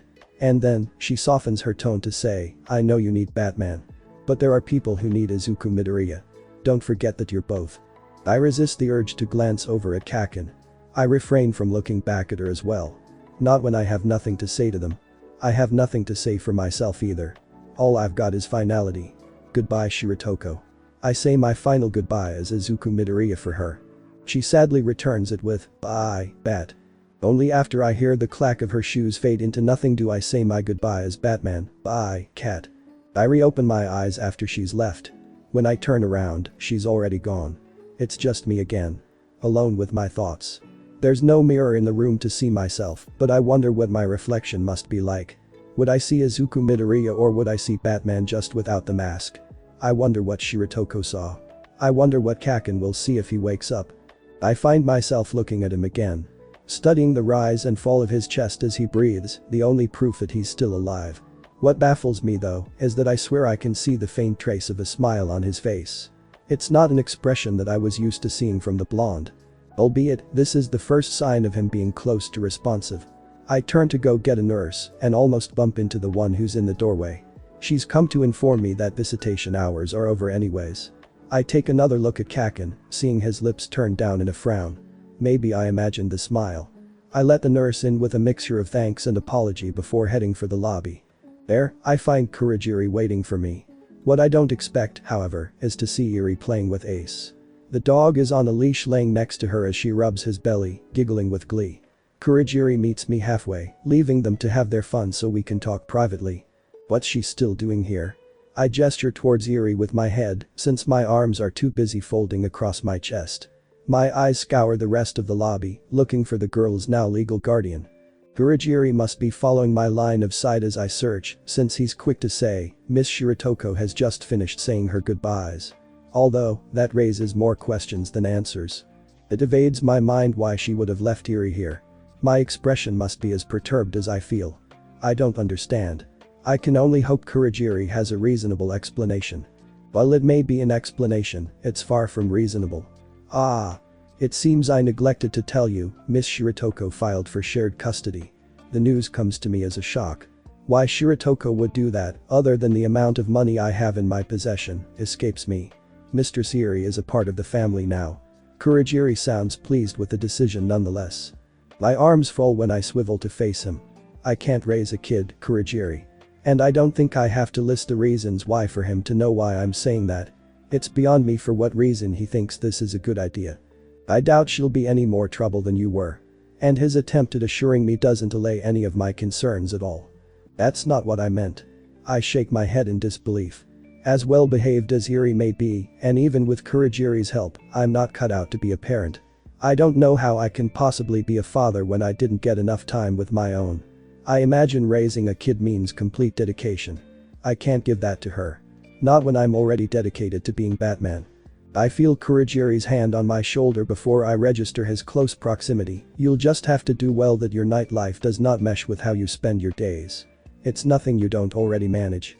But my eyes are on Eri and not him. She looks so happy playing with Ace. I try imagining her surrounded by more than just a pet. I try to picture her with a family. Batman's looming shadow isn't a part of that fantasy. Not if she's going to stay as happy as she is now. I can't be there for her all the time. I try conveying that she deserves better than I can give her with my eyes, if words aren't going to be enough. Kurogiri's yellow slant stare back, solemnly squinting. You should know better than anyone that is better than nobody being there for her at all. And his hand gives my shoulder a soft squeeze. I lower my gaze to the ground, finding truth in those words. But it's not like Eri has nobody else. Legal guardianship for her is supposed to be shared. So I ask, why couldn't Shiratoko care for her? Kurogiri's answer makes me recall what Shiratoko told me before she left. She said it would be good for you. His head turns towards Eri, that it would be good for her. I was wondering who Shiratoko was referring to when she said people still need Izuku Midoriya. It looks like she meant Eri. I'm not sure if I'll be able to give her what she needs, but I've got to try. I stroll over to her, crouching down to her height to join in petting Ace. The dog wags his tail when I place a hand on his head to scratch behind the ears. Eri coos when she sees Ace leaning into my hand. I offer a small smile when her eyes gleam up at me next. Hi Eri. She recognizes me from when I was unmasked by Izumi in the blood bank. Are you here to take me away again? But remembers that it was I who rescued her from the Yakuza. I look over my shoulder at Kurogiri who's watching us from afar. When he nods and moves to bring the car around, I return my gaze to Eri. Yes. I answer her while keeping my smile, except this time. Would you like to stay with me? Chapter 22. I barely recognize the person staring back at me. It's like a transformation happened overnight. A reverse butterfly effect, a lowly insect losing its wings once it emerges from its cocoon as a caterpillar, forever fated to crawl on its belly from that moment forward. In the mirror's reflection, I can see the person who's not myself raising their hand to their forehead. There, my thumb runs over the permanent mark of a gunshot wound. Marred flesh starting to heal over the spot is sure to leave a nasty scar. My hand leaves my face, closing into a fist and cracking the mirror, just like how the bullet shattered my mind. The broken pieces cut past my skin, draining blood from my knuckles. It stings as bad as my brain. My other hand clutches my head. My nails dig into my scalp, trying to claw in and scratch the itch. When I realize my fingers are running through green hair, I stop. The sink below the cracked mirror has an equal amount of green running into its drain. My fingers are stained the same color when they pull away. One hand red and the other viridescent. I stare down at them and wonder when did they become stained. Fragments of my mind are in disarray, much like the split pieces in my reflection. My bloodied hand isn't enough to muffle the laugh that escapes my mouth. I remember now. I'm quirkless. That's why my hair is green. I'm a worthless Deku. I remember wondering where that childhood nickname had gone. Now, I'm good for being ridiculed with that name. I think about the world I live in. A world where if you're not strong, you can't beat anybody. If you don't have a quirk, then you're useless. If you're useless, then you can't be a hero. If you can't be a hero, then that leaves only the villain. What a sick joke. When my hand slides away from my mouth, it leaves behind a trace of blood. The splatter contorts into a shape in the mirror, jagged edges of each crack pulling it upwards. I can't help but break out in another fit of laughter. It's hard to frown at myself as a failure when my reflection shows that I have a permanent smile instead. Deku. Quirkless. Not a hero. There's a hole in my brain. Something's missing in my memory. I dyed my hair green for a reason. I was going to be number one. I was going to be a hero like All Might. Except, I'm quirkless now, so I can't. So I laugh at fate's cruel joke. That if I can't be the best hero, then I'll just have to be the greatest villain. Right. That's what was missing. The place in between hero and villain. The vigilante. The Batman. I remember that time. The twisting of cogs and the turning of gears. Batman was at the center of the clock, breaking through it. The glass in front of me, sinking with a hole that is my head, reminds me of when I entered that ivory tower. Batman. He contradicts what I've become. What I am. The world perceives him as a villain because he's quirkless like me. Despite him trying to be a hero.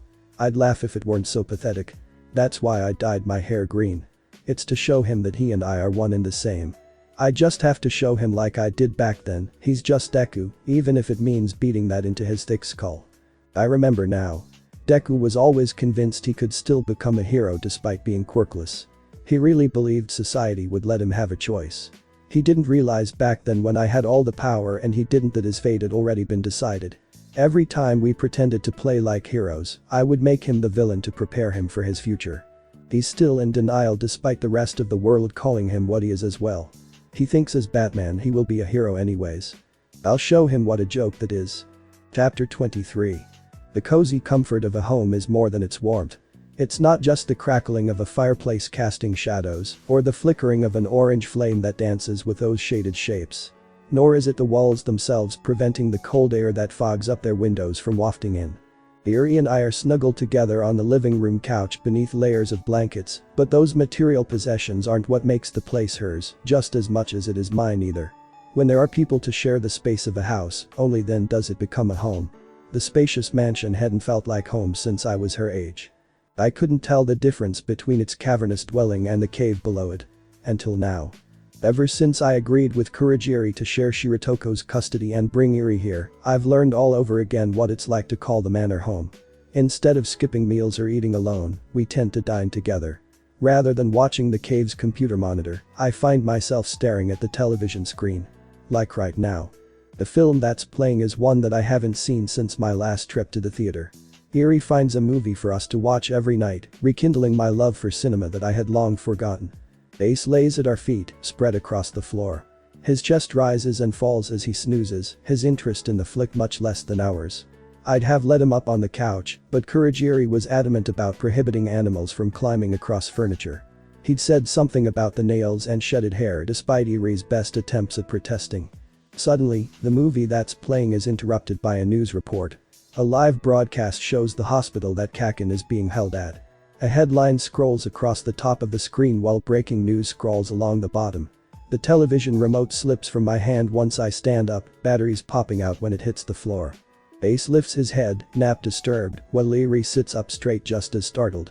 Heroes stand outside the hospital with police barriers keeping civilians back. The reporter hanging onto a news copter explains why, threatening to detonate the building if their demands aren't met. The entire hospital is being held hostage under threat of a bomb scare. Worst of all, Kaken is in there, defenseless in a comatose state. I watch the heroes standing still on screen and wonder why they aren't moving to help him. The reporter answers that too, only one person is being permitted to enter the hospital at this time under a cautionary measure that the threat be taken seriously. The self-proclaimed vigilante who invoked anarchy at this year's Hero Festival, Batman. So that's the terrorists' demands. If anybody enters the building other than myself, they're threatening to blow it up. We have a tape announcing these demands that we're about to play. Viewer discretion is advised. The reporter's warning reminds me that Eri is watching still. I turn to face her and Ace, who both have their heads cocked to the side in confusion over the entire matter. Eri, can you take Ace for a walk? I use the first excuse to get rid of her that comes to mind so that she doesn't see the footage that's about to be shown. She's not the type to argue, now would be a good time for a break. But I treat the news report as a commercial so that she won't worry about missing the movie. After a brief moment of hesitation, she nods. Okay. But I can hear the disappointment in her voice despite agreeing. Ace springs to his feet the same time that she stands, noting that we're all getting up now. I have to refrain from apologizing. I'm not used to being affectionate, but I reach out a hand to place on her head anyways. When she leans into the touch instead of pulling away, I bring her into a half hug. Good girl. She's too good for this. For me. She deserves better. I run my fingers through her hair before letting her go. Then, once alone, I return my attention to the news report. A doctor is tied to a chair, clipboard in their hands. Judging by their tearful expression, they're being forced to read whatever it says. So it's not just a bomb threat, but whoever is behind this has also taken hostages. See, can Batman come out to play? He stutters over his words as he weeps. He relays the information the reporter shared this way. Through sobs and choked coughs, he tells me that this is all my fault and only I can fix it.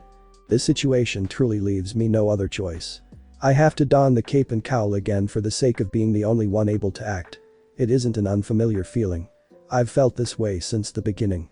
The reason why I became Batman is because I'd always felt like only I would be able to do something. Something the heroes couldn't. Something they can't. Right now, that's being proven true. It's a series of steps to be taken that I wish I could do faster. I descend to the lower level, where my suit is kept in a glass casing. I slide the ghoulish garb over my head and climb into the cockpit of the sleek black vehicle that also occupies the cave. Then, I drive over the speed limit. I weave in and out of traffic at such a top speed that the red of car brakes and traffic lights blend together. Considering I was already caught on camera during the festival, there's no reason for me to be subtle with my arrival. I wrap myself in my cape before pushing through the crowd. Many murmurs and camera flashes remind me of when I do this out of costume. When I reach the front though, I'm not greeted by smiles and bows. Instead, I see Lemillion with a frown and Uraraka. I didn't think you'd show. The symbol of hope crosses his arms over his chest. The muscular forelimbs covered the golden number there. I squint and return the glare he's giving me through his visor with one of my own. I told you. I take action when I must. Before redirecting my gaze downwards to ask, how's your foot? Reminded of when I stabbed it with a batarang, he too glances down at his foot. It healed quick. No thanks to you. His frown deepens as he stares down at the boot that covers what I'm sure left a scar at least. Before the tension between us can increase, Uraraka places herself in the middle. Enough, you two. She shoots each of us a look of equal blame before keeping her gaze on me to say, thank you for coming. As you can see, we're all willing to cooperate with you for the time being. I can see she's recovered from her capture well enough to return to hero work, the skin-tight pink uniform she's got on also sporting a visor. It's not like we have much of a choice. Lemillion grumbles from behind her. Mirio. Uraraka pivots to snap at him. I take in my surroundings one more time. It seems these two aren't the only ones torn on how they feel about my involvement. Some heroes look impassive, while others share Lemillion's wariness. You saw what he did to Toga. Lemillion pushes past Uraraka to get in my face. I realize then that he's got some hide on me. Is it true? Were you the one who shot Bakugo? His question sounds more like an accusation. So that's why he's being so judgmental. He saw the amount of force I used to subdue Toga and believes I shot his fellow hero. Or so he may suspect. If he was truly certain, then he wouldn't have bothered asking me. Everyone here would have arrested me regardless of the bomb threat. So I ask, what do you think? His eyes narrow as he sizes me up, head bending down since I'm shorter. I think I don't like you. I don't trust you. His arms unfold so that his hands hang at his sides in fists. Based on not just his hostility here, but also assuming what Izumi said about his involvement when it comes to Eri and the Yakuza is true, I don't stop glaring at him either as I say, the feeling is mutual. Uraraka steps around Lemillion to stand by his side, throwing an anxious look in his direction before facing me. We just need you to create an opening for us. We aren't able to do anything otherwise just in case. I understand why you feel you had no other choice, but waiting for someone else to be a hero is exactly the reason why I'm here. I interrupt her in order to make a point. The same point that I had tried to make when Lemillion and I first started our argument during the Hero Festival. The reason we don't like each other, Tagada, is because you and I inspire different things. The way his eyes widen to break our staring contest must mean he understands. Having said that, I begin to head for the hospital. I'll put a stop to this. None of you have to worry about lifting a finger. I hear Lemillion shouting from behind me, make sure you do it by the book. No guns. I'd never use a gun. But I don't bother looking back. When I enter the hospital through its sliding glass doors, I pause for a moment to let my eyes adjust to the gloom. Whether the lights were killed or are just switched off reminds me of Kaken's condition. Just as quickly as that thought reared its ugly head, I force it back down and focus on the task at hand. I notice the security camera mounted to the ceiling swivels to scan me. The metal detectors beep when I pass through them, triggered by the various gadgets and tools I keep in my arsenal. It seems the power still works after all. That's not the only technology that's still functional. I hear the charging of a stun baton behind me before I instinctively duck down to dodge a swipe from my back. When I lift myself back up, I see that it was a hospital guard that swung at me. He shares the expression of the doctor from the videotape. He's terrified and crying out for help with his watering eyes. Watch out. He warns me of his own attack when he steps forward for a thrust at my abdomen. Before I question why, he explains, I can't control myself. My eyes widen when I see it. A string attached to him is controlling his movements. His sloppy swings and staggering steps are being puppeteered. He's not attacking me of his own free will. I have to refrain from striking back then. I'll have to take him down another way. Brace yourself. But I warn him anyways. I snatch the baton from his loose grip and sweep his legs from under him. When his body crumples to the floor, I use the electric shock of his own weapon to stun him. Yes, indeed. You're just as he described you. I whirl around to face the source of a new voice. As big as the lobby is, it's now full of occupants that are connected to strings like the guard was. At the center of the crowd that's formed is who must be controlling them. I get a good look at the perpetrator then. He's a short man with an eccentric appearance. Due to his frame, his head is positioned in front of his stomach. His round face has a wide mouth lined with grooves that stretch from his bottom lip to his chin. I recognize him as the assassin who's called Dictator, a villain defeated by the former Hero Crust during the bloodless surrender case. He must be trying to cash in on Penguin's bounty. Still, I can't help but find it odd that he would go through all of this trouble just to flush me out. I'm taking you in. I bring my left arm back and extend my right while planting my feet.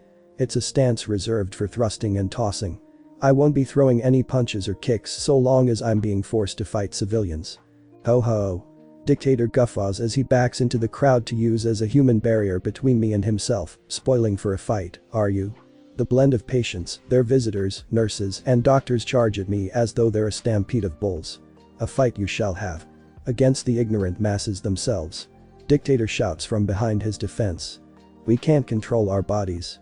I hear the crowd shouting over one another as they all try to tackle me. Fending so many off, especially when trying not to use force, proves a lot harder than I thought it would be. I'm only able to toss a few before others grab a hold of my arms and legs to keep me in place. The thing about Dictator's quirk is that his control over them can only be broken by a strong blow to the ones being controlled or to him. Considering he's staying out of range and I don't want to harm any of his victims, Dictator is making that very difficult on me. I try pushing past the people, dragging them behind me as I carry their weight on top of my own. If only I can shove them aside and reach Dictator, then I'll have a chance. Except, more doctors and nurses step in front of him to block me, making that impossible. Of course he's taken precautions by having civilians shield him. This isn't our fault. Our bodies aren't listening to us. They shout differing apologies as they slam into me and drive me back, "We're not trying to hurt you." I grit my teeth as I struggle not to fall under the pressure of their bodies. I know they have no say in what they're doing, but they keep piling on top of me. I'm forced to my knees. It's becoming too much. I reach into my utility belt to grab a rebreather. I'm going to need it for what I'm about to try. As a last resort, I grab a handful of pellets that reside within a different pouch of my belt. The kind that releases sleeping powder rather than thick tear gas. I have to hope the smoke will be enough to render Dictator's puppets unconscious. The green smoke releases when the pellets explode, shrouding the room and setting off the fire alarm. The sprinkler system washes over the lobby, drenching everyone in it. That does it. Just enough for me to overpower the dog pile and force them off of me. The commotion has Dictator spiraling in panic while his puppets collapse around us. Now's my chance. I dart for him, bringing my knee up into his chin and then uppercutting his stomach. That sets him off balance so that I can finish the assault with a kick to his face. When he falls like everyone else, I'm left as the only one standing. The green gas begins to dissipate. I remove my rebreather and put it back in its compartment. After catching my breath, I notice the room security camera is pointed directly at me. It captured everything. My eyes narrow now that I start to realize something. Dictator had said someone told him about me. Unless it was Penguin, that must mean he isn't working alone. And unless the security system here has a mind of its own, I'm willing to bet the real person pulling strings around here is in the hospital's control room. The speaker system screeches, microphone peaking, before I hear a bone-chilling laughter. "So, I see you received my invitation. Whoever is operating the sound equipment must be in the control room."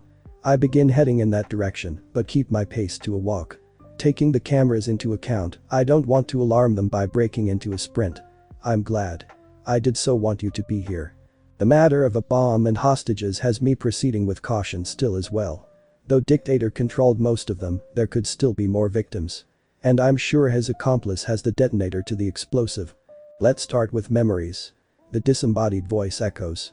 As I walk through the long corridors of the hospital ward, I find myself comparing them to the halls of the manor. It's no different from the winding paths of the Yakuza's underground base, and that's no different from my own subterranean lair. It's a lot like the cave in the mountain that Izumi used as his headquarters. A place from childhood refurbished and fitted to now. Just as we were molded by those locations, they are morphed by us to be all just the same. Memories are so treacherous. One moment you're lost in a carnival of delights, with poignant childhood aromas, the flashing neon of puberty, all that sentimental candy floss. The next, it leads you somewhere you don't want to go. Somewhere dark and cold, filled with the damp ambiguous shapes of things you'd hoped were forgotten. Each corner I turn brings me closer to reaching the monologuer. Their speech reminds me of Izumi and how he too couldn't help but ramble on. A fleeting memory flashes through my mind.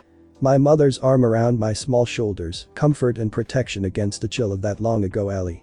The smell of her perfume and her reassuring smile telling me that everything is going to be okay. And then. No. I'm not going back there again. Memories can be vile, repulsive little brutes. Like children, I suppose. They laugh at the tail end of their sentence like it's a joke. To them, it just may very well be. I can see the dry humor in what they're saying. How Izumi and myself are still very much children, the same victims of circumstance from the nights that didn't let us grow up with our parents. I think of Eri and her situation. She's still becoming who she's going to be for the rest of her life. If I hadn't taken her in, she would have wound up the same as Izumi or myself. But can we live without them? Memories are what our reason is based upon. If we can't face them, we deny reason itself. I catch a glimpse of my reflection in the window to the control room and remember the night that gave me the reason to be Batman. Again, the memories of that night pry at my conscious mind. Details are around the edges of the frame. The smell of blood wafting from my mother. My father's hand, the big strong hand that was supposed to hold mine and keep me safe, palm up on the cold concrete. When I try the lock, it doesn't turn. Although, why not? We aren't contractually tied down to rationality. There is no sanity clause. I break the handle and force the door open in order to enter, so when you find yourself locked onto an unpleasant train of thought, heading for the places in your past where the screaming is unbearable, remember there's always madness. The control room is empty, as is the chair by the microphone. But I can still hear the self-proclaimed orator. No longer through the speaker system, their voice is nearby. Madness is the emergency exit. The room is submerged in darkness with its lights turned off that my gaze is drawn to the red light of an actual emergency exit. You can just step outside and close the door on all those dreadful things that happened. I'm about to push it open under the assumption that they're behind that door when I sense movement from my left. You can lock them away. Forever. But I'm too late to react to the chair that's being swung at my head. It connects and sends me crashing through the room's window. I'm quick to recover though, shaking the glass shards off of my cape as I climb to my feet. I'm even prepared to brawl with my attacker, fingers curled to make my hands into fists. Until I see who it is that struck me. Impossible. I barely recognize the distorted version of my friend through the broken window. This must be some trick. He too must be under dictator's control. I have to refrain from calling him by his nickname, but I know that it's him. I'm my own demonstration that even the sanest man alive can be driven to lunacy. All it takes is one bad day. That's how far the world is from where I am. Just one bad day. Even with his hair dyed green to match the color of mine and his skin a pasty white, I know the man in front of me now is none other than Kakin. He leaps through the broken window, arm cocked back and primed for a punch. I know to expect a right hook, but even with that knowledge, I'm unable to dodge or block it. I'm too startled to see him like this. When he knocks me to the ground a second time, pummeling me with punches, I still don't get it. Why he took the hospital hostage and called me out or why he's changed his appearance is beyond me. Each hit I take not enough to knock some sense into my skull. You had a bad day once too. Am I right? I know I am. You had a bad day and everything changed. Why else would you dress up as a flying rat? You had a bad day and it drove you as crazy as everybody else. His barrage of blows comes at the end of every sentence. The reason why I became Batman is lost to me, because it's not to fight him, not to fight my childhood friend. Ah, now this brings me back. This nostalgic feeling of my knuckles against your face. The blood that splatters when his next punch splits my cheek open lands on his own. The red smears across his mouth, painting a bizarre smile. Those words reached me rather than his prior ones though. They make me realize that he does remember seeing my face in the clock tower. He knows who I am. So the next swing doesn't connect. I catch him by the wrist. His other fist tries to hit me too, but I catch that one as well. I hold him in place as I twist us over, ending his assault. Why, Kakin?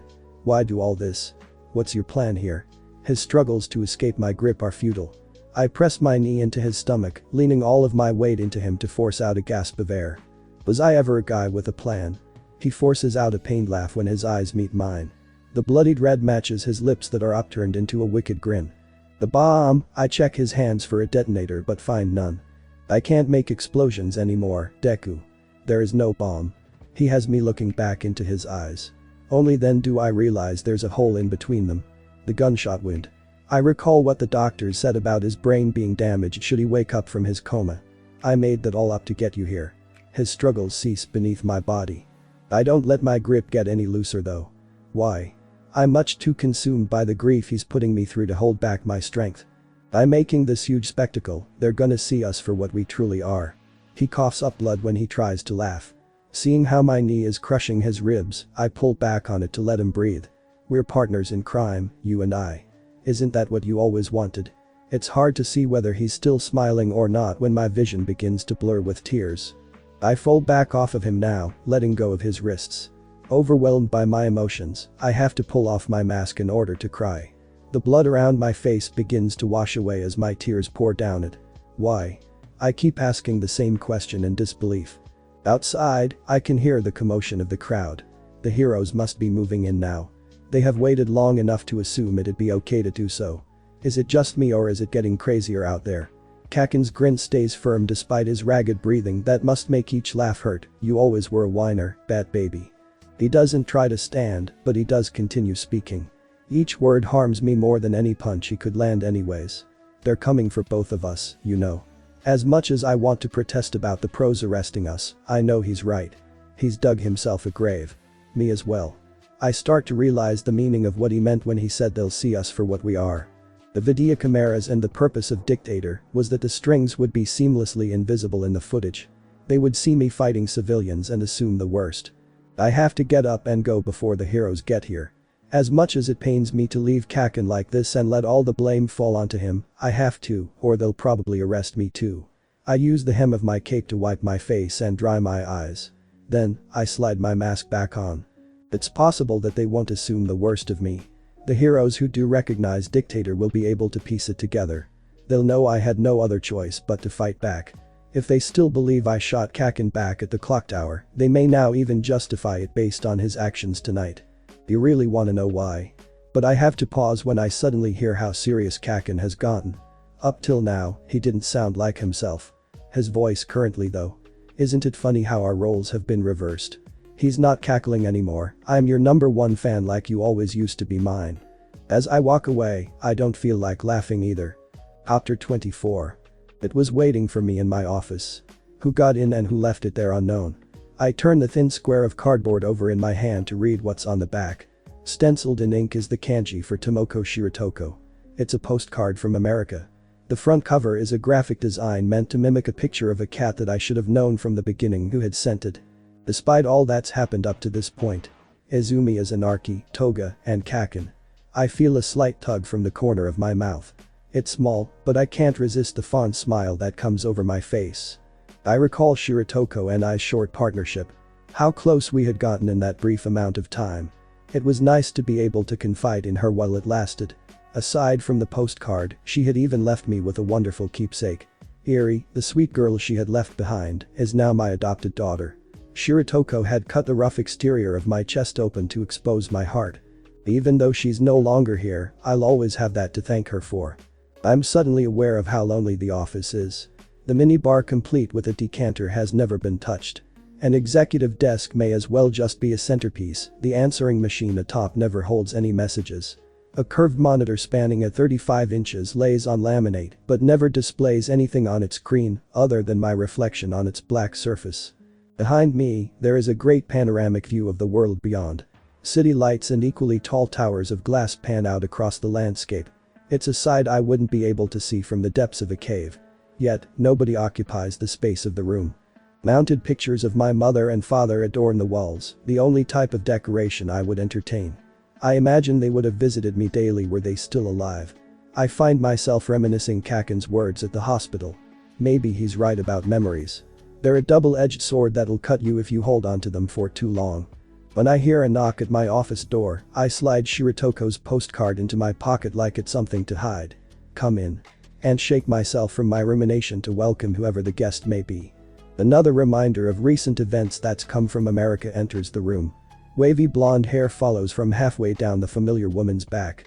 She looks at me through oval-framed glasses like they're a microscopic lens. Whatever she's looking for, she just might one day find. Melissa Shield, another girl who I became intimate with, steps closer with every click of her heels. Long time, no see. She smiles, but I know those words must hurt to say. I return her smile with one of my own, pushing down those thoughts. The way things ended when we last saw one another and how long it's been resurfaces a lot of feelings, but I'd rather we only acknowledge the positive ones. But you are a sight for sore eyes. So I really allow myself to see her again and find some pleasure in not being so alone anymore. She eyes me up and down before settling back on my face. You don't look too bad yourself. But her eyebrows stay raised.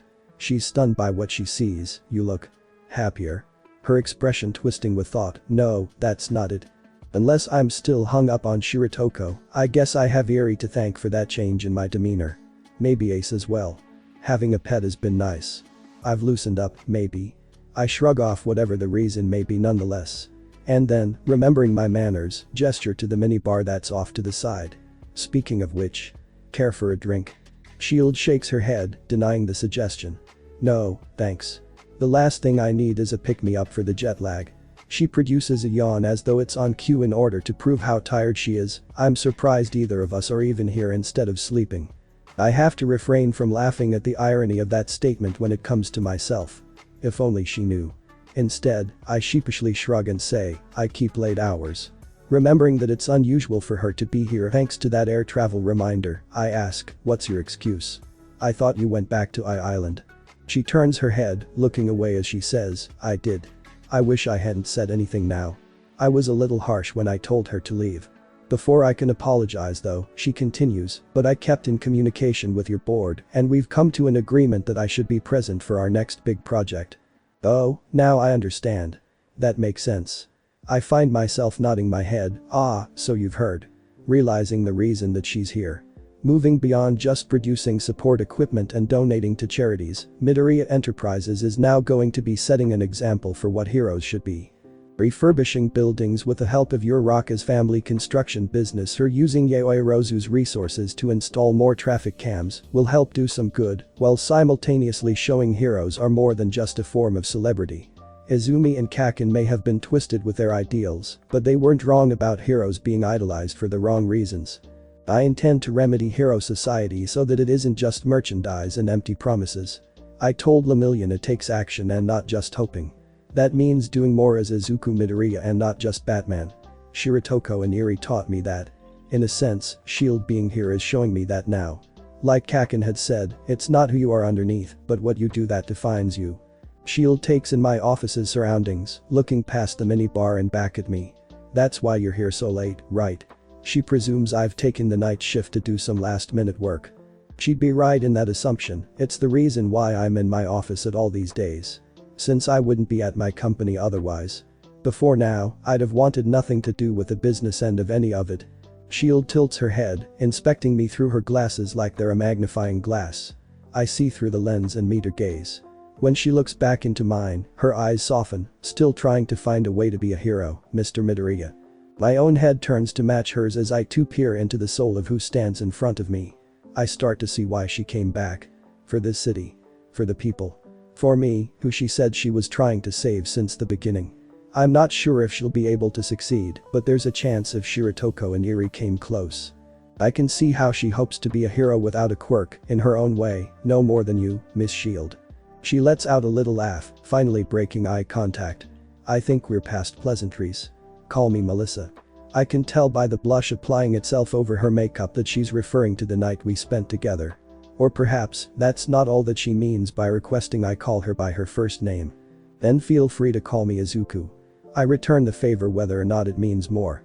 To keep our relationship solely professional wouldn't suit either of us anyways. When Melissa turns her head to look at me again, I mistake her eyes widening as large as her glasses lens for surprise that I would be so courteous. When I follow her line of sight though, I realize that she's looking past me. Is that? I turn around to see what the source of her shock is and feel a level of my own. Illuminating the night sky brighter than the city itself is a beam of light, a shape darker at its center than the crescent of the moon. That shape takes the form of a winged animal that I'm all too familiar with. The spotlight burns brightly, the silhouette of a bat insignia reflecting through the office window, so that it hovers over my chest. It's a signal calling into the night. I'm not sure who it is that's trying to gain my attention, but recalling what happened with Kaken, I know I shouldn't ignore it. You know what, you were right about what you said earlier. I should really head home. I turn towards Melissa to give her my excuse. She's startled by my abruptness, huh?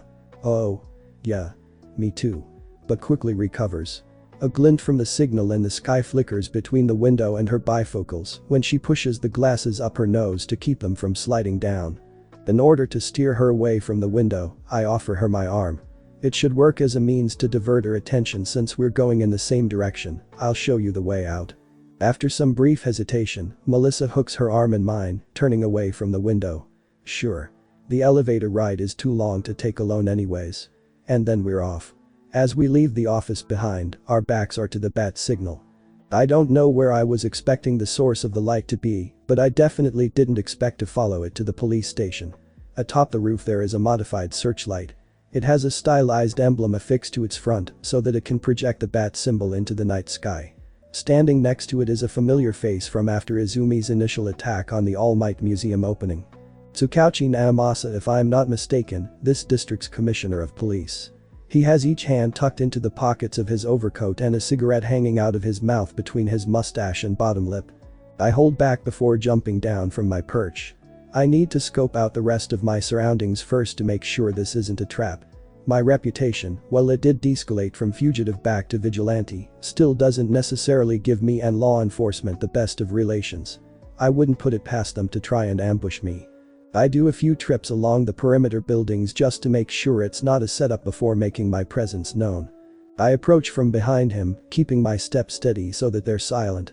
After I'm certain he hasn't noticed me yet, I announce my arrival by asking, "How many packs a day?" "Ah." The commissioner recoils from my voice before doing a full spin to face me. I'd scared him so badly that the cigarette fell out of his mouth and his hands flew out from his pockets in alarm. Seeing that it's me doesn't relieve the tension in his raised shoulders. "Don't sneak up on me like that." I step further into the glow that the modified searchlight is giving off so that my demon visage isn't enhanced by the dark of the night. Perhaps that'll put him a little more at ease. "I got enough of that ninja stuff from Izawa back in the day." I hear him grumble under his breath.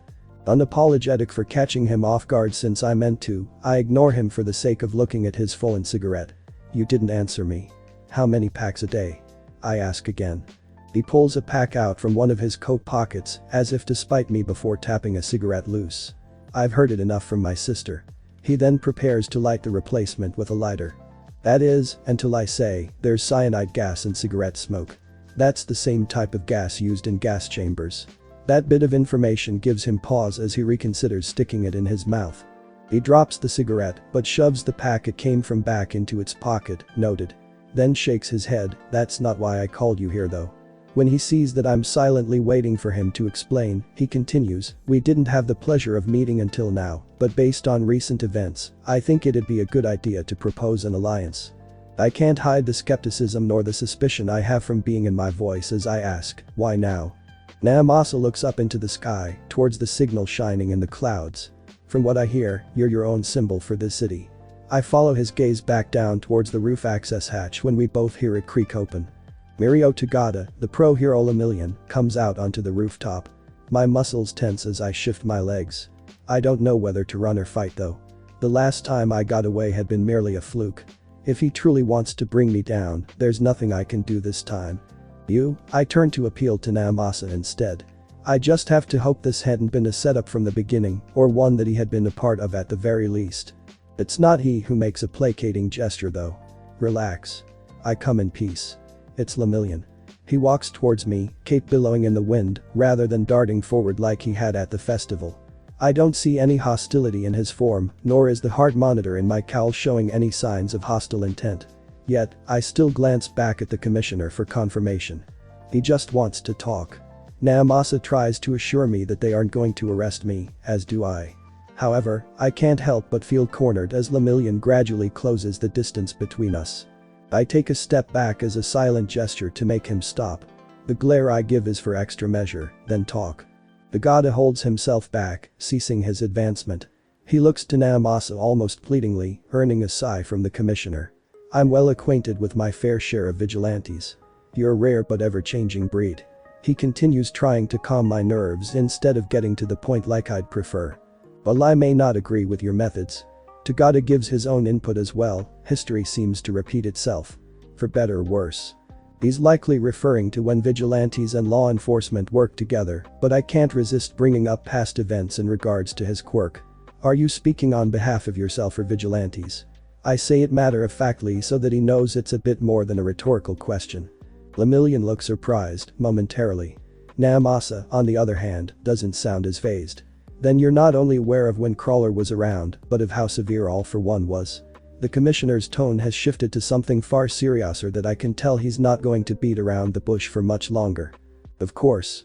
I just hope what I know about the past isn't going to be literally repeated like Lemillion implied.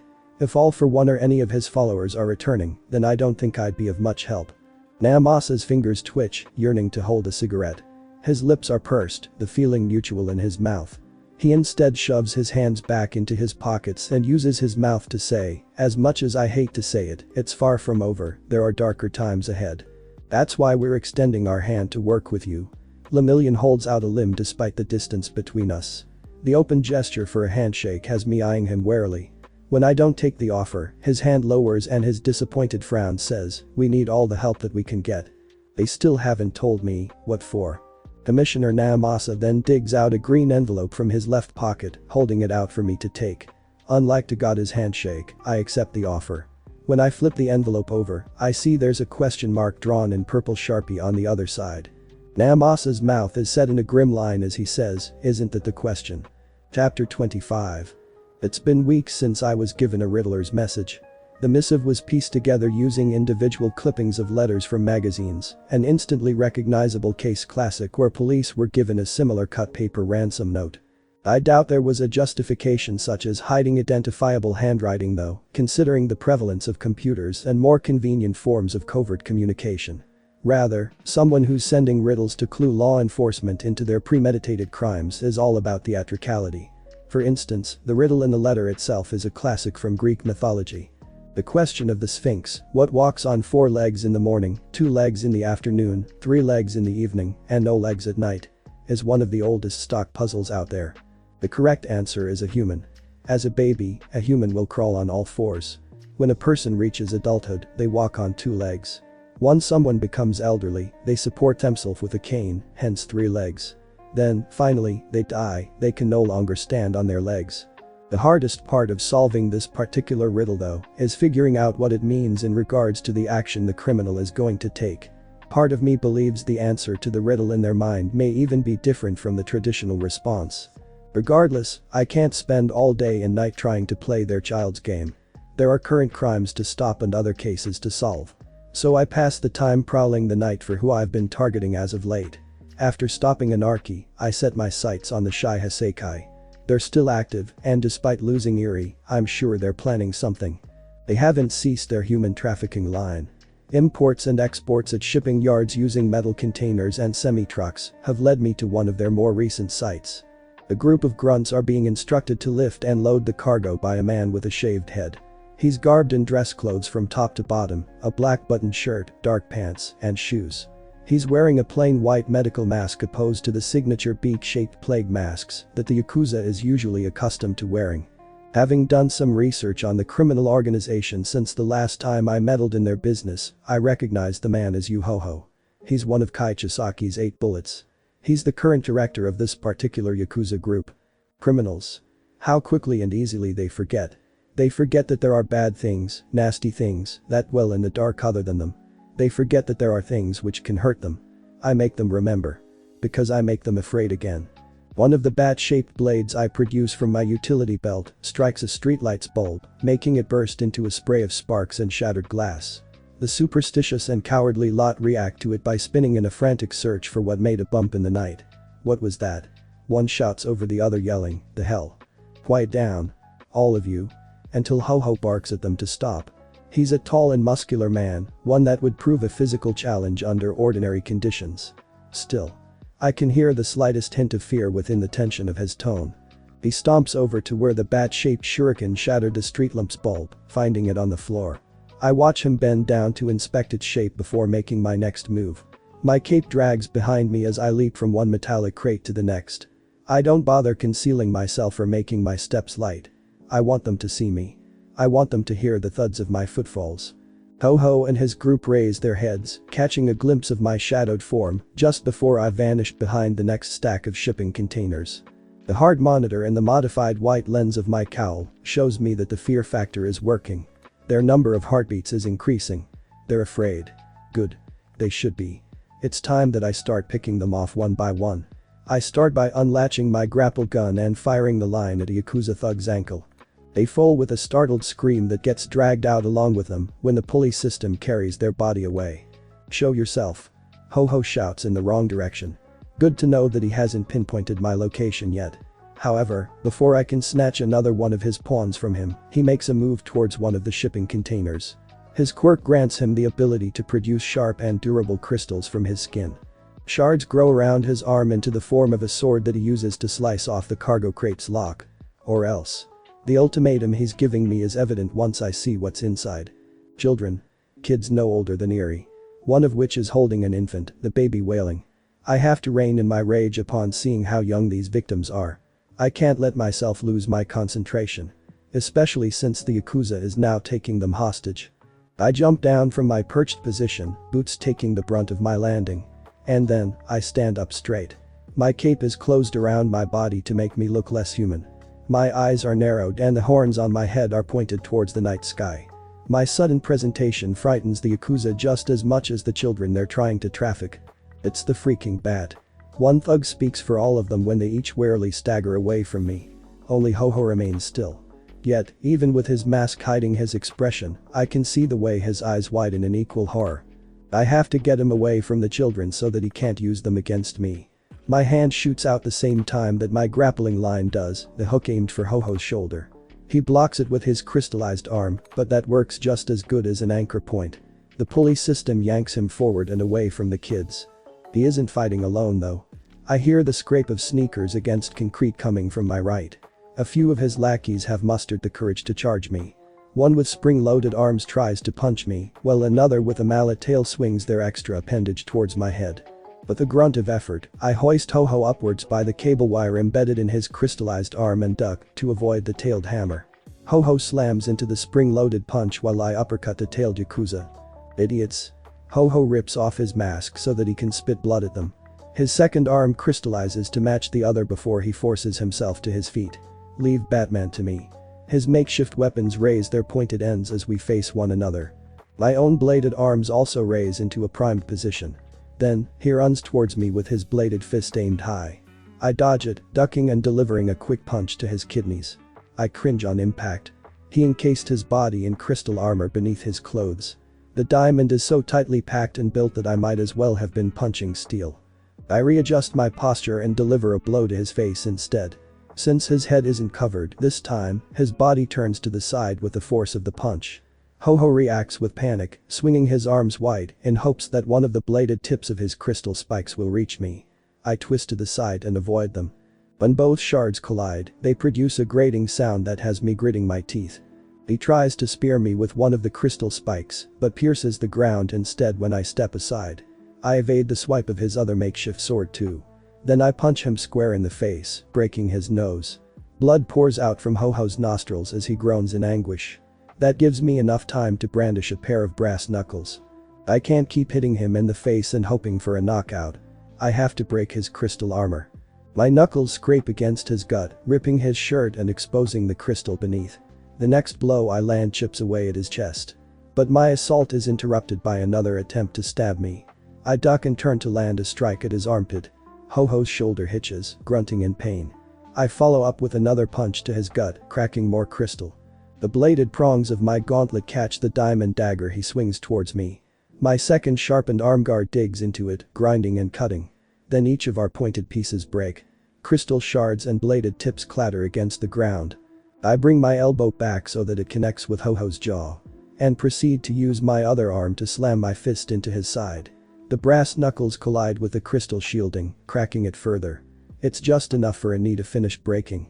Ho-Ho stumbles back, grabbing his side with his now equally exposed hand.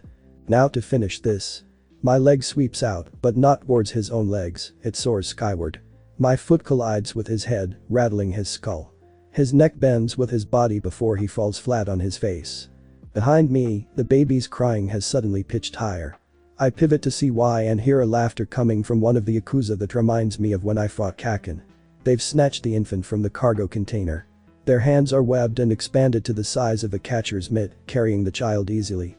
Let them go. I produce a growl from my throat deep enough to make it soar.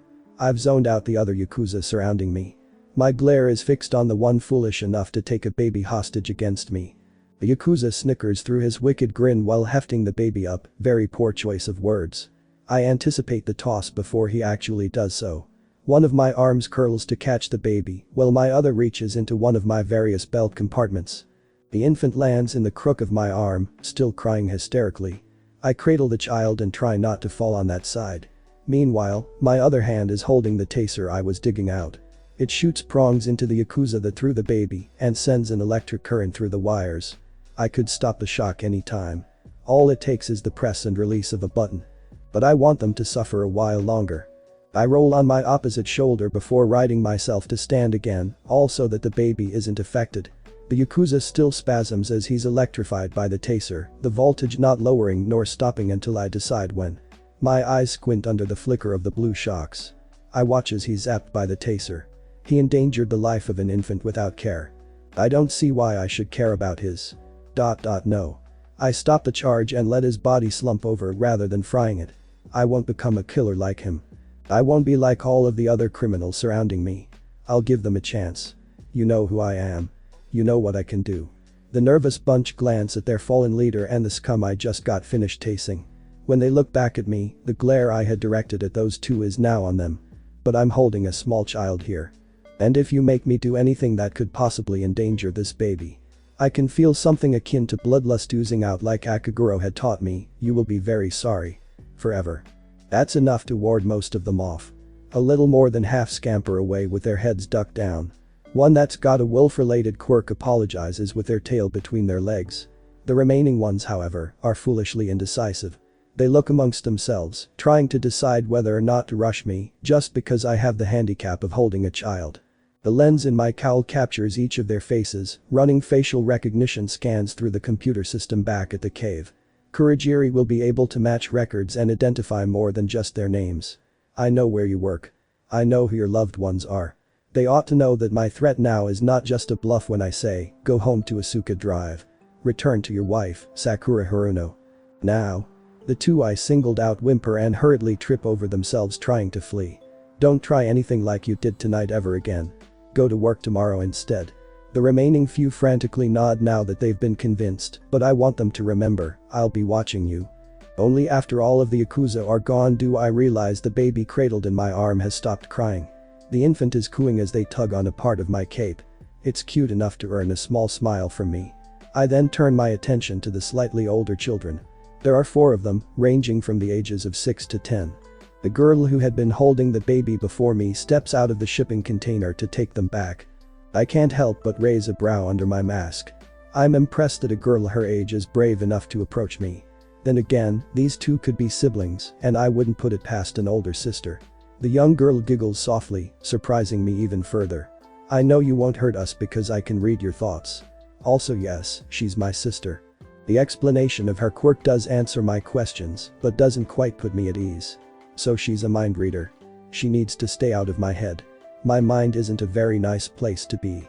The girl takes her baby sister from me with a saddened expression. I think momentarily that she heard my thoughts and that I may have offended her. I wouldn't doubt a quirk of that caliber getting ridiculed by her peers. I want to apologize and explain that the reason I'm wary is only because of my identity and the reason I became Batman being exposed. Except, I can see that she's not looking at me anymore. She's looking at the man that I tasered. I wouldn't expect her to have sympathy for the man that took her younger sister hostage. Maybe she doesn't. Maybe her sad expression is for a different reason. Maybe this man did more to her than I would like to know. I'm not a mind reader like she is. The girl looks back at the other children she was captive with before turning his sight to me again. After going through everything that she did, she asks, "Can I be like you?" I want to tell her no. But I know better than to be so blunt. If it were me asking to be a hero, quirkless younger me, then my heart would have broken the same way it did that night in the alley. I can't do that to her. I can't set her down a path like mine either though. I know what it's like to want to save people, to have the desire to make sure what happened to you doesn't happen to anybody else ever again. Except, it's not worth losing the life she has ahead of her. She's still just a kid. She has a younger sister to watch over. Whether being a pro-hero or a vigilante, she'd be risking her life more than she did tonight. She might not get away unscathed like she did tonight. The scars covering my body beneath this suit of armor came with the crusade I've chosen. Rather than tell her she can or can't endure what I've gone through, I tell her why I should be the one to do it all instead. I turn my back to her and fire my grappling line before saying, "You won't have to be." Unbeknownst to me, Himiko, Toga and Kaken occupy the same prison. Their cells are right across from each other. The halls of hell echo with their combined laughter. It's a duo promising chaos. Those two aren't the only enemies waiting to let loose their havoc though. The aforementioned Riddler sneaks into Toga's cell to answer the riddle they gave Namasa. You were called inhumane, since you crawled on all fours, considered a vampire when you walked on two, and a criminal when working with a boy that used a cane. You're really just a poor girl who wanted to be treated as a human just like everyone else. Toga goes from laying on her cot to sitting up straight, surprised to see somebody other than her occupying the cell she's in. Who the heck are you? Her unruly blonde hair hangs to the side when she cocks her head. The Riddler's small smirk is barely visible in the shadows as they reply, "That's one riddle you'll have to solve on your own, I'm afraid." They then slide a red vial from their coat pocket. Toga's fangs point upwards in a grin when she sees the liquid. Is that blood? Not quite. The blonde's face falls into a pout at that answer. As much as I know you enjoy blood. This will help you use your quirk a bit more freely.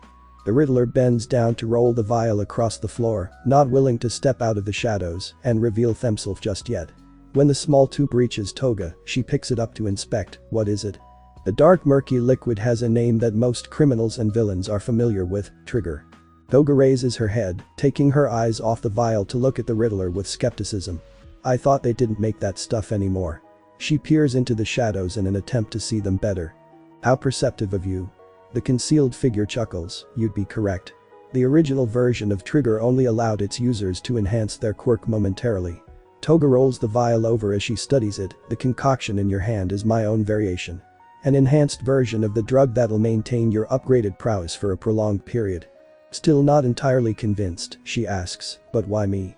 The Riddler answers her question with another question. What always looks the same no matter the blame, changes shape, but commits identity rape, all evident but never prevident. Stumped and baffled by the riddle, Toga scratches her head. After a moment of hesitation, she guesses, me? Clay, Toga. The Riddler responds, the answer is a feat of clay. Now that will be unfortunately all for today's video, but do not worry, more will be coming soon for you to enjoy. Golden Fanfics out.